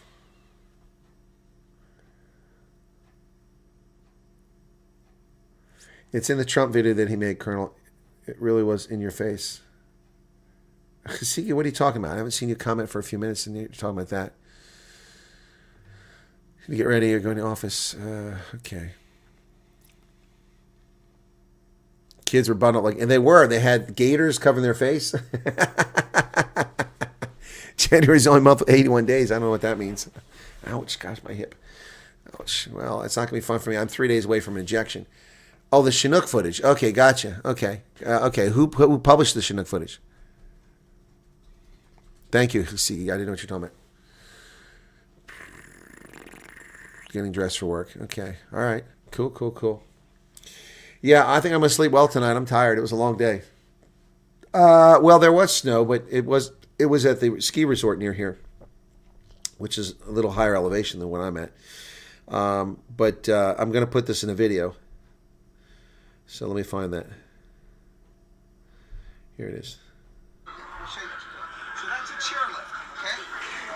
The chairlift is how you get to the top of the slope. So when you ski down, you have to do the line. You have to come down and drop the people off the top and take the rest of the people up there. See that the lights on. They have different kinds. They have the easy, then hard, then most difficult. These colors. So they got to see some snow. And then I got some other stuff. So today I had them take a photograph of me in front of an M42 Duster, which is awesome. So this is a anti-aircraft artillery gun that was produced in the 1950s. And when I was in the National Guard in the 1980s, they still had it. They have one at the Army History and Education Center. I've never had a photograph of myself with the M42 Duster, which I used to work on for 2 years in the National Guard. So there's a picture of me taken by Werner, which is pretty cool. It was nice of him. So, yep, it's me with the Duster. Yep. Yep. Yep. So last year, that's where I went skiing, guys, last year. So let me see. I hadn't skied forever. Let me see the skiing. Skiing. S-K-I. Okay. Here it is. Tried skiing after 13 years. Let's try this. This is short. Okay, here we go. This is last year at that ski resort. Well, I'm knackered. Ooh, last time I skied was New Zealand for the Rugby World Cup in 2011. That must have been September, maybe early October. Yeah, September. Yeah, September of 2011. Ooh, 2014's 13 years. About 13 years and a few months. Yeah, no spring chicken anymore either. But I'll tell you what, 16 runs, and it started out inauspiciously. The first 30 feet, I fell, and it was on that bad hip. I had a hard time getting back up. I had to pop my binding so that I could get up, because I couldn't lift myself to ski on. And I went about another 20 feet and wiped out again. But that was it. I did 15 runs and 85% of that first run without falling again. I hit the intermediate slopes, and by the last couple, I was back in form. But I'm knackered, tired. I'm going to pay for this tomorrow. I'll be very sore. But anyway, hey, you only live once, right? Unless you're Shirley MacLaine or a Buddhist. At least that's what I hear. Cheers up, buddy. Have a good evening. Be safe. So yeah, but I wasn't sore the next day, as I recall. But that's what I did last year. I went skiing on that hip. I didn't know that I needed hip replacement. Yep. Yep. Oh, it's definitely a core memory for them, Sven. They had a great time. Let me see what else. They met my friend who's in his 90s, and then we went to Gettysburg today. And let me show you a couple pictures from that. They won't be easy to see, but so this is looking out over the battlefield from Little Round Top. So that's not a good picture. That's better. So this is today. Last time I was there, it was in the summertime. Everything was green, and you couldn't see a lot of that. But that's the battlefield up on top of the mountain, Little Round Top. And here is the other side from Devil's Den looking back up. This is from the bottom looking up that hill I was just looking down on. So here's the bottom here, and you have to go up that mountain. It was rough. So, and then there's a really cool picture here I took at the end. Let me see which one comes out the best.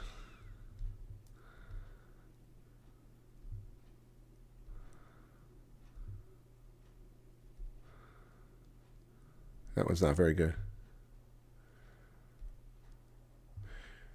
So here's the sun setting at Gettysburg, and there's a cannon right there. I'm better than what? Better than what, Alan? What are you talking about? I missed something.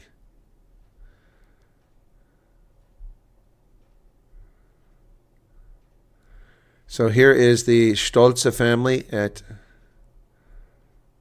This is at the... that's President Lincoln's. So let me zoom that in a little bit. That's the Visitor Center for Gettysburg. Here's a Stolze family at the Lincoln bronze. It's there, Abraham Lincoln.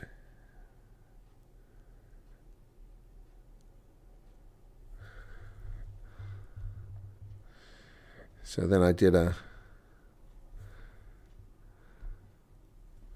portrait or landscape one as well. So I didn't see any Chinook footage. I saw Blackhawks flying over. I didn't see any Chinooks.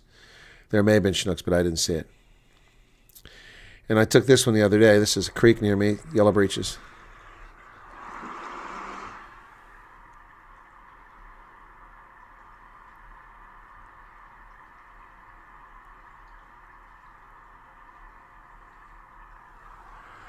85% not falling when you haven't skied in 13 years and you have a hip that has to be replaced and you didn't even know that your hip had to be replaced. There was no leg strength whatsoever. Couldn't even lift the leg. I'd say that's pretty good, particularly when you consider that I was going 50 to 60 miles an hour down the ski runs. I wasn't pussyfooting it. I think it was pretty good. I know you're teasing me, but I think that was pretty darn good. Guys, what do you think of these? I got two more. I'm going to rotate them occasionally. I like how they frame my head back there. Those two little, come on, there you go, banners back there. Oh, boy. Yeah, so anyway, how are we doing here? We got a little bit of Super Chat revenue came in now. That's almost enough to buy a Frappuccino, which I haven't had in ages. Haven't had one of those in ages. So we're at 120,000 subscribers. Yeah, there's some really good picks, yep. Anyway, looks like most of my internet crises are resolved for the moment. Shalom, Carl van Heerden. How's it going? How is it going?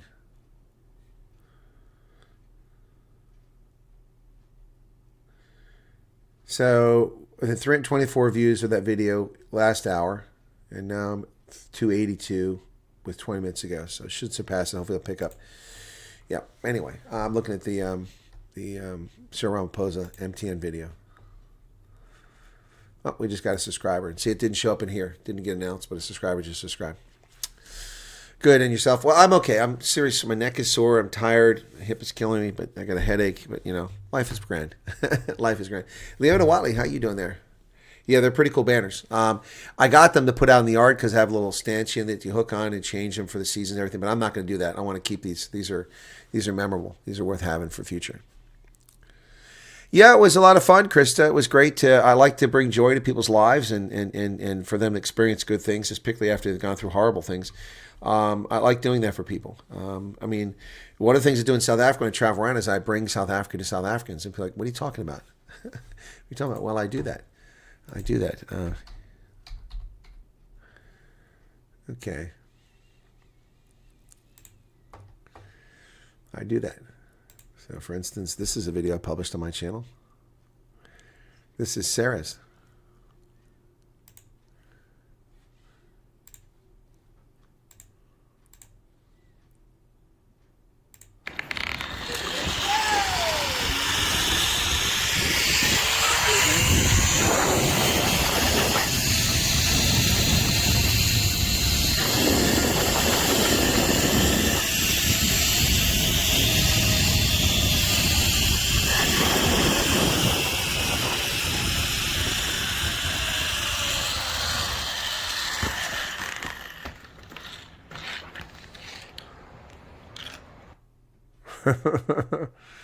Yep, that was Sarah's.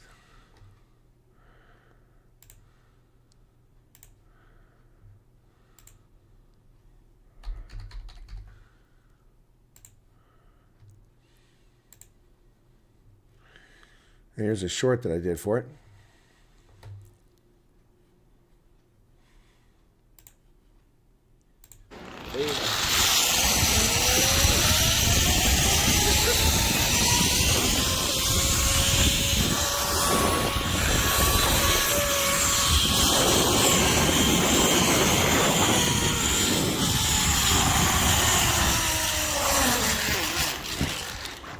Oh, that'll give you vertigo.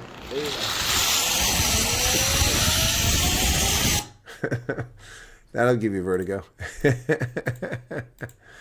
Yeah, a lot of people can't get around to see all these things, but I do my best to try to keep people interested and show them things like that.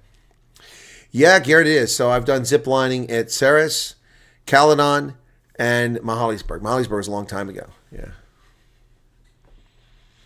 Yep, I show them parts of the country you'll never see otherwise. Yep, some pretty cool stuff. Let me take a look here real quick. S21 Ultra, S21 Ultra. Okay, I got 2025 in here. No, those are later. That's after the trip. I got to get the other ones. 2022. Let's go there. August 2022. Okay, let's see. Oh, here we go. I never showed this one. How big is that? 79. That's not very big. 49. 7. That's bigger. 49. Let's try this one.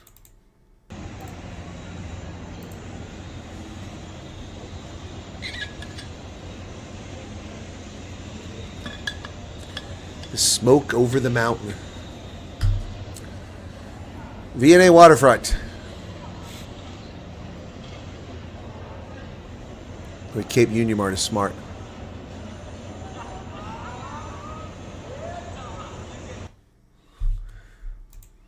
That was August of 2022.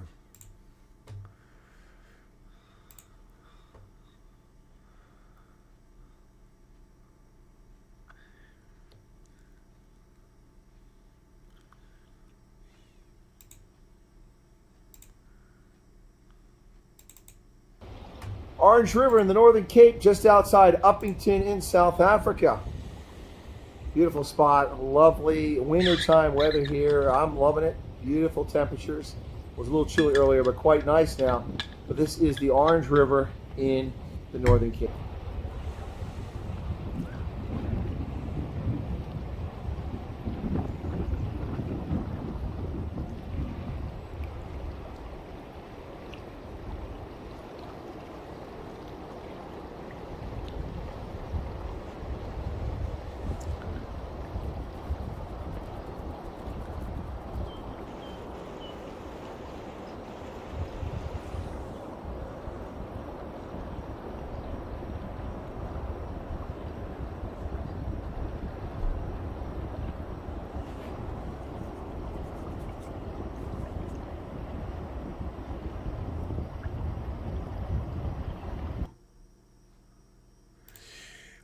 I don't know. The only place that would be practical would be for me to go to Newark. It'd have to be somebody I know. I'd have to coordinate with U.S. authorities because I think they don't even come out in public. They're just routed through and they never come out. So it would be difficult for me. I have to be at some place where someone arrives. If someone flies to Harrisburg as a refugee, then I'll greet them.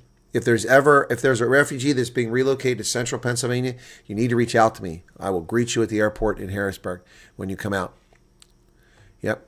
I guarantee it. I promise that. As long as I'm here, I'll do that. Yep. Yep. That's a long ways from here, so. Orange River again.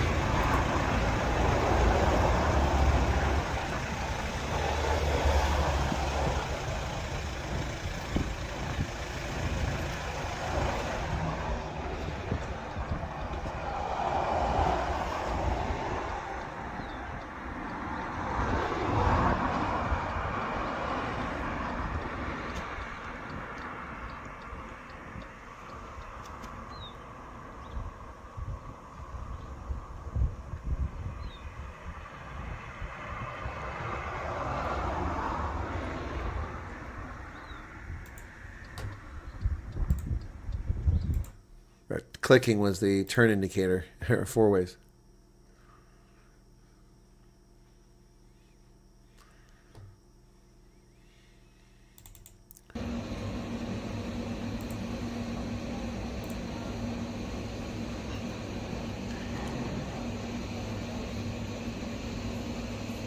All of that was flooded over there when it rained this year.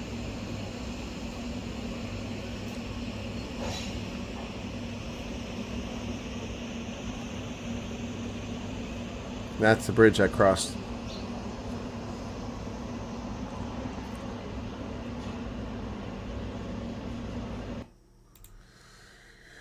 Uppington, Northern Cape.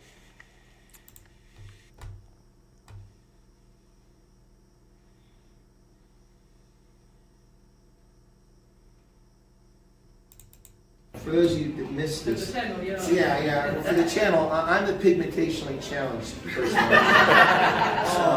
So tonight, Coquettes is the over-pigmented person.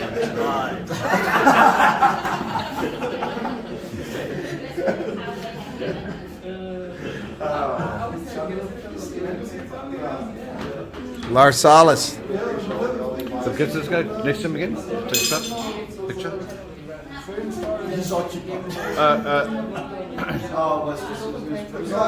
I forgot you can take videos and pictures at the same time. Sorry. Okay, awesome. Thank you. Or you both. Oh, I'm not. You both. See, this makes me look like a giant.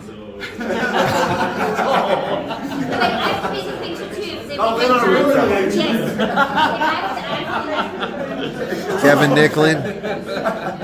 There's Ruthie.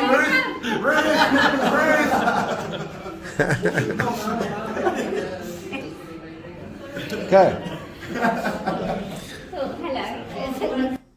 That was the Met Court at Emperor's Palace in Joburg.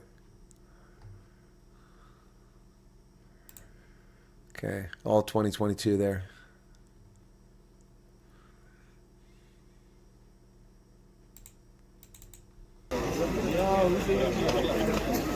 Now that's a braai.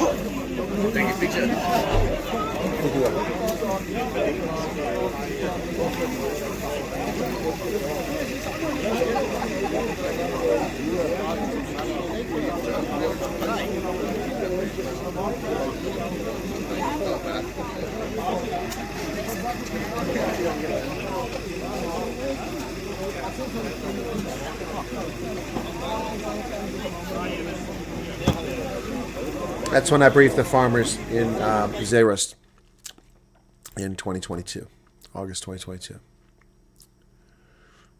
What's this? Oh, this is the, oh yeah, this is when the tires blew on me. Hang on, let me see.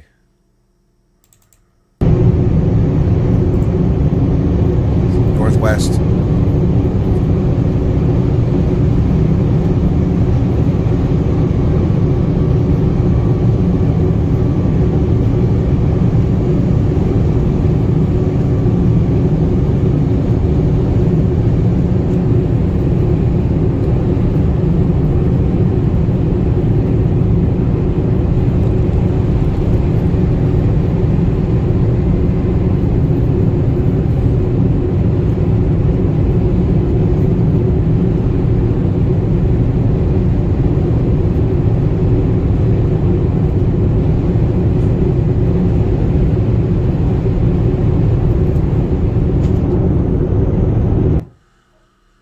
So that's approaching Rustenburg, just before Rustenburg. And this is Cradle of Human. Oh, here's my, when the tires blew. Oh, this was ugly. This is that quid. Oh my gosh, what a day.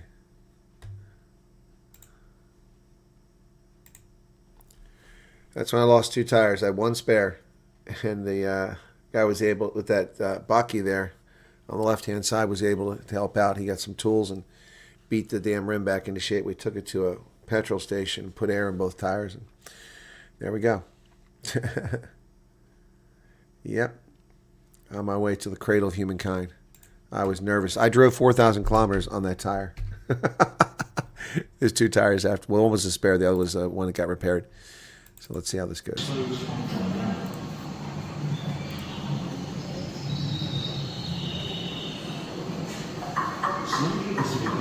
Seats with the rock and cave formation began.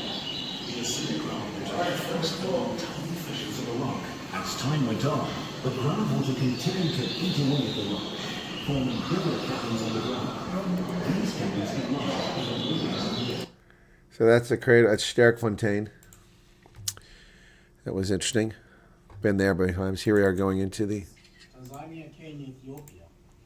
They've got museums to have Philippine kind because of the stuff they found there. In South Africa, all the surrounding bush area is Philippine kind. Cave systems, though, form Philippine kind, yeah. There are 300 of them. Fossils came from 15. This one here is the biggest cave structure they've got and the most productive. So most of the fossils, including Mrs. Spears, came from inside this cave. Yeah, that little car I could have just lifted up. It's a toy car, quid. Cradle of Humankind there. And this was published a long time ago, so I hope she won't be embarrassed by this, but this was CB. All right, folks. Hey, oops. I'll cut that part out. Hey, folks, it's Chris. Weekend, but now it's getting better. So it's getting back to 10, 11 now. Well, I heard that they had... Not tonight, but I think late in the week. But I heard they had snow in Mpumalanga the other day. Did they? Yeah, I knew about Van Renen Pass, but Van Renen's Pass and KZN, the Drakensberg, but that's not a shock, but they had it in Mpumalanga. I didn't see that. No, it was in the news, but I mean, they don't cover it everywhere, but it was interesting. So, you live not all that far from here. You don't have to say where you live, but not all that far from here. So this is a short jaunt for you. Yeah, it's about 40 minutes in traffic. In traffic, sure. And potholes. And potholes and traffic lights. A lot of them. I can attest to the potholes from today. Oh, and I said traffic lights, not robot. Oh, you did say that. That's interesting. You know, she's adjusted to the American audience, although this will be played for everybody. So, anyway, well, we got here. So we got mid afternoon now. It's late afternoon after going through the caves, but it's quiet because everybody's left. Yeah, I can't even get a cool drink. Yeah, we're gonna get something to drink at the cafe, and they aren't closed yet, but they closed down the cafe because they want to go home. Yeah. Such is life. Now you were telling me, yeah, the cafe was supposed to be open and they closed it on us, so we couldn't get a coffee. Typical in South Africa. Yeah. This is where I stayed at in the Mahalisburg. Lovely spot, but a bit isolated. I was the only guest there that night. And my friend Greg came up and we hung out with me when I ate dinner. It was awesome.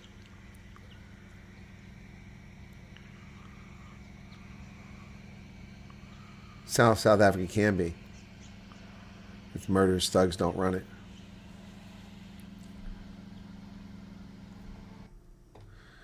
It was lovely.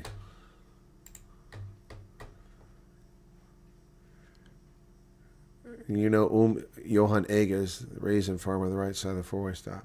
You asking me? Oh, you're talking Future Looks Bright. Okay. What else we got here?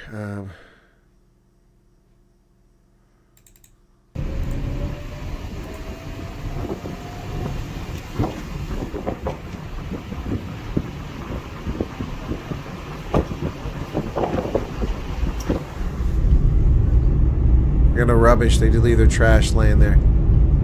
Pigs.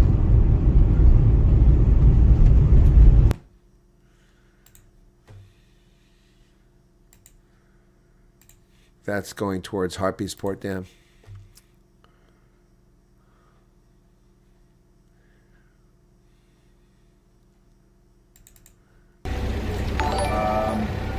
Which is we're fighting it in court cases. So it's becoming so ridiculous because, and they are doing it under the Water Users Board, is what it's called. Meaning that everybody who lives next to the canal or river now has the right of say and say in the allocation of the water. So if you have a shack right next to the canal, you also have the right now to tell me who is paying for the water, who's paying for the system. Now you also want to sit on the board and tell me what to do. So, in theory, a squatter could claim rights to the water.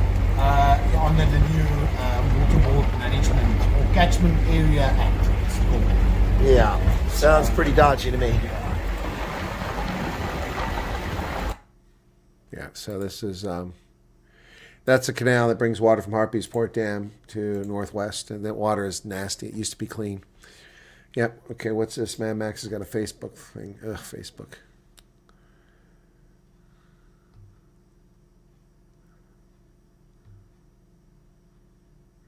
Oh, that's... Now, Donald Trump He is the real president. Mr. President Donald Trump, what you have done in Venezuela to arrest the president of Venezuela with clap hands. Now, we say that, Mr. President, the ANC, over 30 years, they have destroyed our country. That's Petrus. The Mabula game is a bit of a drive from Gauteng, but stunning. Never been there. Been to other places. So then, you've been there 52 years. Yeah, great, man. I've been a lot of places. Thank you, Bad Backs, for the super chat. Cornet Poli, thank you for your subscription. Apparently, a French guy that I sent the video, Chris linked to, was one of the archaeological discovery representatives of the first tribe, South Africa East. Huh. Okay. Used to swim in Harpy's Port. Yeah, you don't do that now, man. You get hepatitis. It's nasty. Nasty, nasty stuff. You don't do that now. Ooh. No. That's not something you want to do now. All right, so where was that here? Let me take a look and see if I can find some more here.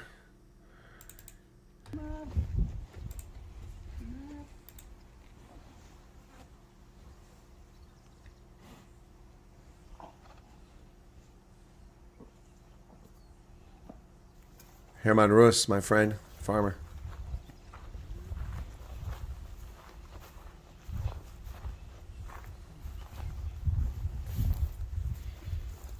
He's a stubborn old bugger, this one. I see that. He's 20 years old. Wants to be friendly on his own terms. Yeah. He was at the riding school 3-4 times. The kids were riding him.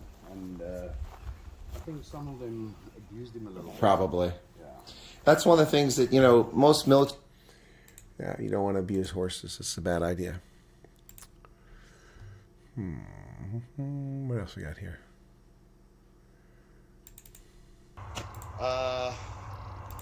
Every one of these cables is cut. Every one. For kilometers. All the way through here. It's crazy. Total destruction. Swing around the other side, face the other direction. Every cable. So this is a rail line that was built that can't be used. Utterly useless.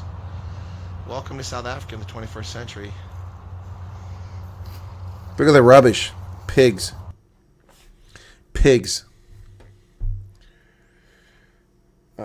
Horse riding in South Africa. No, I don't think I've ever gone horse riding in South Africa. I've ridden horses many times. I used to raise horses. Yep.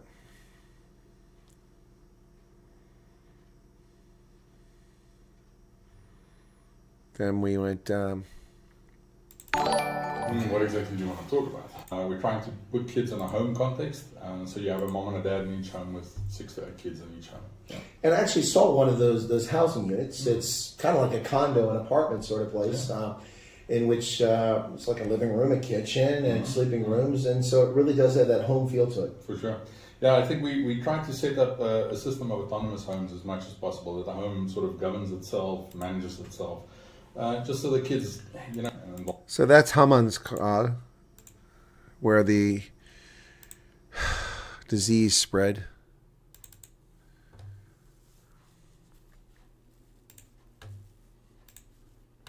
Bethesda Children's Village. That's where I was. Hank set that up for me. Yep. It says Klipdrift there, but it's in Hammanskraal. Yep. Cholera outbreaks there. Madmax says, sorry to call you when you're driving. Did you call me when I was driving? I was talking about someone called me earlier, but it wasn't you. I answered the call when I was driving with someone else. We used to do Sunday bike runs, informal 7 by Hartkeys, but it's too dangerous. YouTube won't allow me to say. Square can't. Okay. Yeah, horses can be quite big, especially Belgians, draft horses. Oof, they are huge.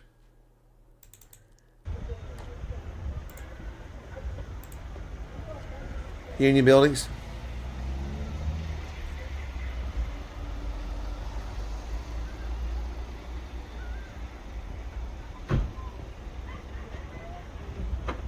Something the current government of South Africa is incapable of building, producing. Just can't pull it off. What is worse is that in their curriculum, the grade 5, they teach the children that the first people are the coin and sand. And then they deny the... So what is it? Do they drink too much Castle Lager or Chibuku? What's going on with these politicians? I think that you're 100% right. So that's the Khoisan king. That's Fatima Abdul on the left, and on the right is Kaliru. Yep. Yep. And yeah, that was fun. Good times. Here I am in August 22. I did it for a few weeks. South Africa people vote for parties, and so the party puts Chris forward a Pappas, candidate. Whereas how in I- the States, you file as a candidate. You can do it under a political party, or you can do it independent. But independence, and of course, local. If you, that was 2 front runners. Yeah, well, they come every 5 years, put up posters and leave. So, yeah. Enough said. Enough said. Let me not complain. Yeah. But yeah, but it was a local election. So when you're speaking about a national election, you're speaking borders and healthcare and taxes, and Yes. so there's you speaking to people not necessarily in their home about what they're experiencing outside. It's sort of a high. Chris Pappas, back before everybody was trying to interview him, I was interviewing him. Yep. Yep. Anyway, what else have I got here to show you real quick? Oh, this is in KZN. Karo Charo. My dear. Look at all that rubbish where these people live. Give me a break. What size am I? Extra. Adult. Somebody add that. Look at that filth. When I get stuff outside. Yeah, just have edited that.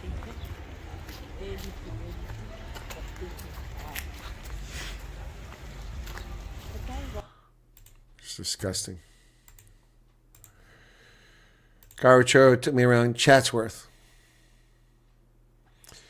Then at the meet and greet in Amazimtoti that night, there's Sile Inkabisa. Big Daddy Liberty and I. He's a big guy, man. No kidding. No kidding. Big Daddy Liberty.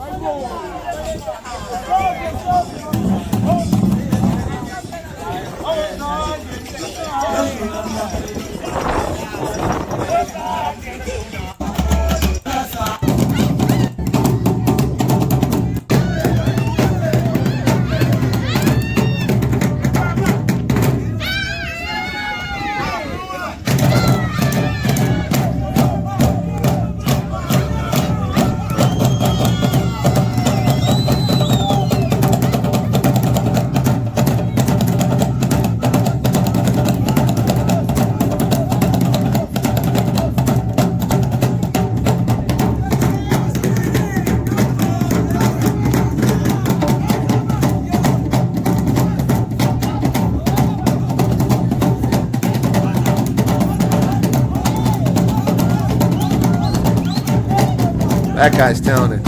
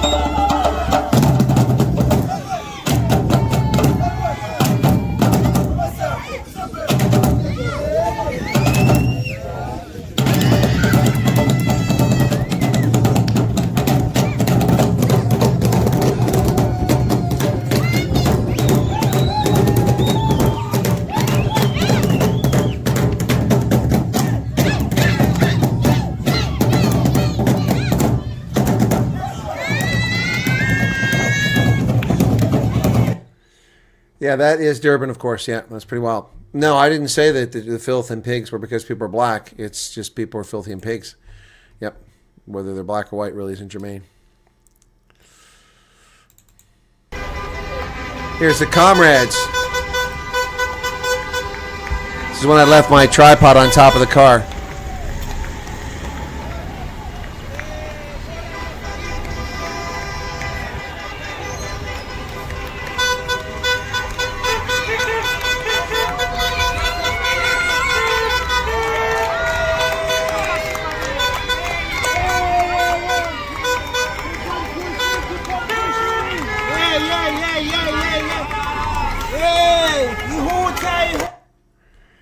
As the comrades in 2022.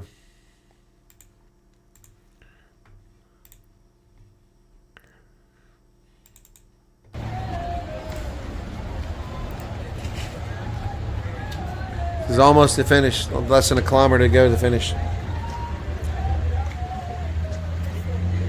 People have been running for hours. They're knackered, man. Look at that. I know how I am. If I were in that at the end there, I'd be like trying to beat as many people as I could, and they're all walking. I'd run past them and draw that last bit of energy to get past them.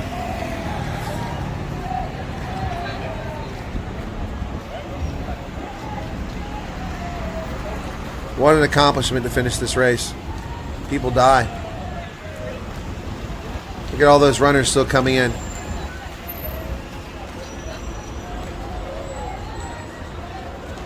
That guy looks like he's hurting.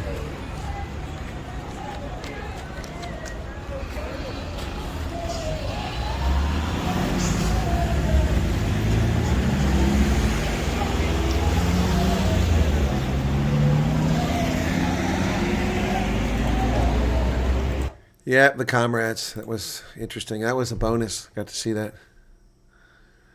Wasn't expecting to see it. Here's a picture of lots of runners here. This is from Wyatt Street. I took this image from Wyatt Street. This is a little bit before. This is before that. Look at that. Look at all those runners, man, finishing the comrades. That's insane. That's insane. Wow. A lot of them aren't fit. They're overweight. It's amazing. Wow. Hey, Charles, you would know this area. It's your neck of the woods.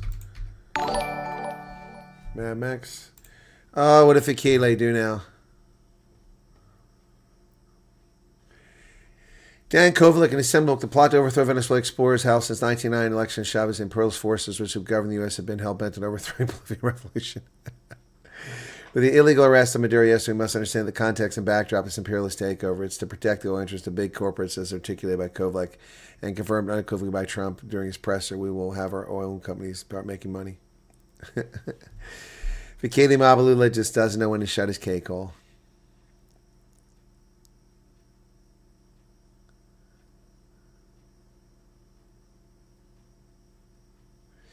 So, Offensa Donald Dav, he said, it's for the oil is too simplistic an explanation. You're just repeating what Trump said. No analysis whatsoever.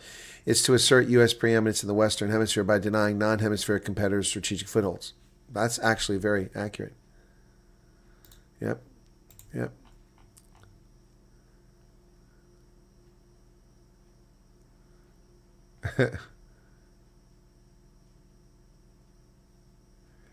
Here's a local citizen in Venezuela. So this is the comment I keep seeing. Oil. They don't care about Maduro. They want the oil. Oil is the goal. It's all about oil. Oil, oil, oil. Okay, so let's talk about that. Venezuela has the largest oil reserves on Earth. Its reserves are 13% bigger than Saudi Arabia's. But not all oil is the same. Correct. Saudi oil is light and easy to refine. Not Venezuelan Venezuela. oil is extremely heavy, thick, difficult to process, and only certain refineries in the world can handle it. Like Oil in the was Gulf discovered States. in Venezuela in the 1920s, and the US was immediately involved. American oil companies literally built Venezuela's oil industry. Correct. Because the country didn't have the infrastructure or the technology to do so. Correct. At the time, Venezuela was a poor country with an agrarian economy. It was mostly coffee and cacao plantations. There were no petroleum engineers, no heavy machinery, zero knowledge on how to run a global oil industry. Yep. But by 1928, with lots of help from US oil companies, Venezuela was one of the world's top exporters. Overnight, Venezuela became one of the richest countries in the world. During the 1970s, Arab states imposed an oil embargo on the United States because of its support of Israel. This led global oil prices to explode, soaring from $1.80 a barrel to over $11 a barrel, a 500% increase. That crisis shook the entire world economy. That is, except for Venezuela, which suddenly saw billions of dollars worth of oil revenue entering its state coffers. And right after that, in 1975, Venezuela nationalized its oil industry and created PDVSA, Petróleos de Venezuela, or Venezuelan Petroleum, the state-owned company that still exists today. But even after the nationalization of its oil industry, Venezuela still needed the US. Why? Because the US Gulf Coast has huge refineries built specifically for heavy crude, the type of oil that sits under Venezuela. And this arrangement benefited both sides. Venezuela, a country roughly the size of Texas, doesn't have anywhere near the refining infrastructure needed to process hundreds of thousands of barrels of heavy crude oil per day. Venezuela's own refineries can only handle a fraction of what the country extracts, so US refineries processed it. Venezuela got billions in revenue, and American... So this gentleman's doing a fine job, a young man, explaining what I've been explaining for years, that oil, we don't want it. It's crap. It's crap. When John Swiftboat Kerry made a deal as a senator to get Venezuelan oil to Massachusetts so they get electricity, I laughed at him because you can't refine that stuff in Massachusetts. Get refined in Louisiana and in Texas. So what an asinine thing. And we don't want that. That's polluting. You're talking about the greenhouse gas. You're talking about the Paris Climate Accords, and you're getting Venezuelan oil?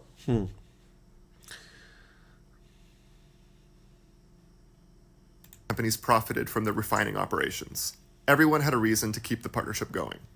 But without heavy crude, those US refineries struggle. They literally hunger for Venezuelan oil. Now, there's this big But there's other oil we can get from the oil sands of Alberta. And that's why the Obama and Biden regimes tried to keep the Keystone XL pipeline from coming into existence.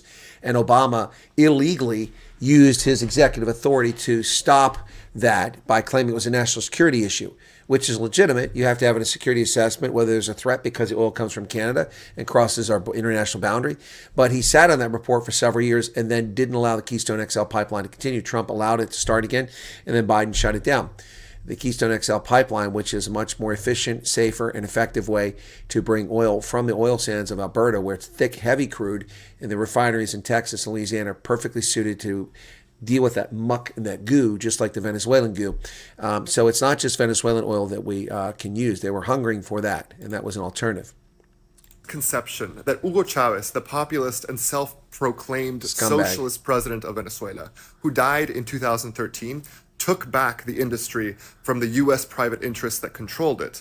But that's simply not true.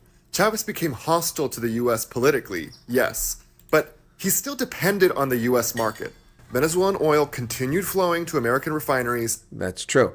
No, the oil sands, okay, so there's all kinds of Canadian crude oil. But the oil sands, that stuff is sludge. It's really like tar.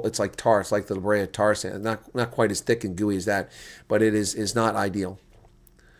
Yep. And Chavez took advantage of the largest oil boom in history, gaining access to billions of dollars in oil revenue. What Chavez did do was purge PDVSA, the state oil company. He fired thousands of expert workers and replaced them with loyalists. Corruption exploded, production collapsed, and the economy imploded. When Chavez died in 2013, he handpicked this man, Nicolás Maduro, as his successor. Maduro inherited a country that was collapsing economically and made it worse. Much worse. By 2017, 76 out of 84 PDVSA plants were paralyzed. Couldn't work. Venezuela's Shut oil down. production fell to 20% of its total capacity. Now, I can already hear you in the comments saying, that's because of sanctions. But no, not yet at least. Before 2019, U.S. sanctions only targeted individual Venezuelan officials. Human rights abusers, narco-traffickers, and corrupt elites. Venezuela was still completely free to sell its oil to the United States. And it did. Lots of it. The first oil sanctions only came in 2019, under Trump's first presidency. He basically imposed an embargo on PDVSA, the Venezuelan state oil company. Ironically, this hurt US companies too, because they lost access to the heavy crude their refineries are specifically built for. Yep. So why sanction PDVSA if American companies hated it? Well, because Maduro suspended elections and was consolidating a dictatorship in Venezuela. The sanctions weren't about oil, they were about politics. It was a move to support the political opposition in Venezuela, which had won an election that Nicolás Maduro refused to accept. So where does that leave us right now? 6 years later, Maduro is completely broke and running out of options. They rely on drug trafficking and illicit activities to survive. Maduro, more than Trump, funnily enough, desperately wants the US companies to reestablish their operations in Venezuela.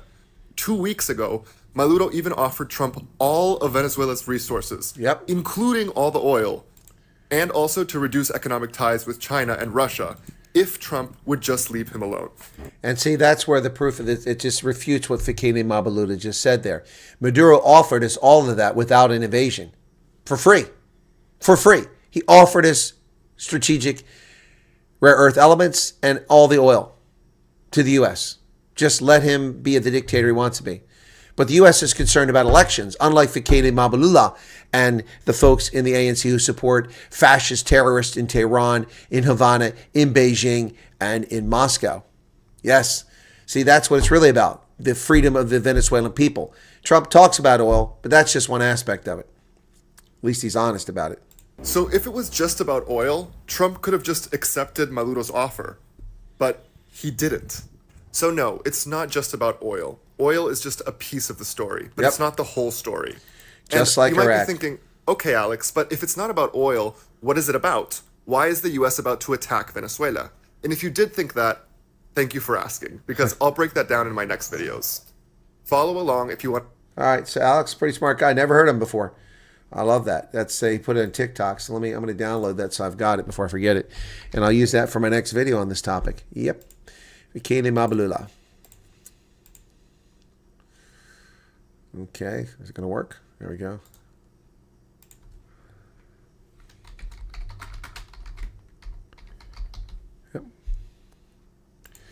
Yep, that's the bottom line. See, that's facts. That's truth. Instead of the hyperbole and bullshit you get from the likes of Fikini Mabalula. Yeah, he's very well spoken, and I'll use that to make a video. Of course, I know it's tiresome, Light Rain.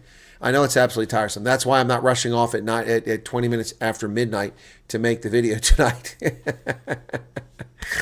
Yeah, and he explained it all. And I've been explaining it for years. I've told you for years that the Venezuelan oil is not something we want or need. And the fact they have the world's largest reserves doesn't mean anything. You know, if you have the world's largest reserves of sewage, what does that mean? It doesn't mean anything good. All right? If you can't exploit it and use it, then it isn't useful.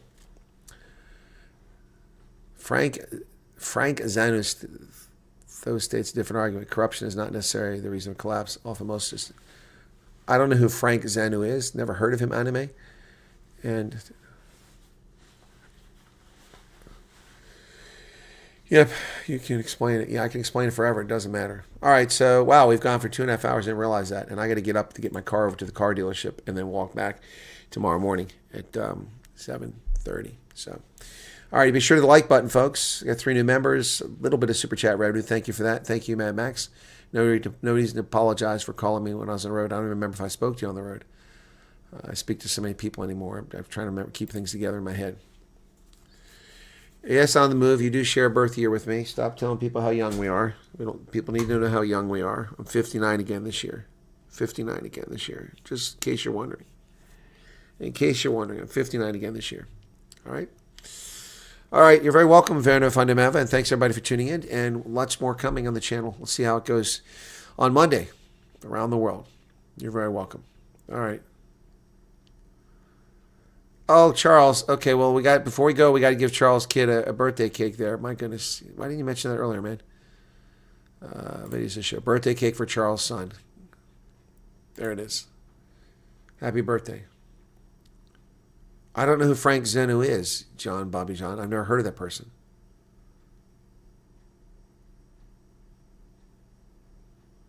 Exactly. Thank you, Carl Stein, Lobo. That's right. They're not including the shale oil in that.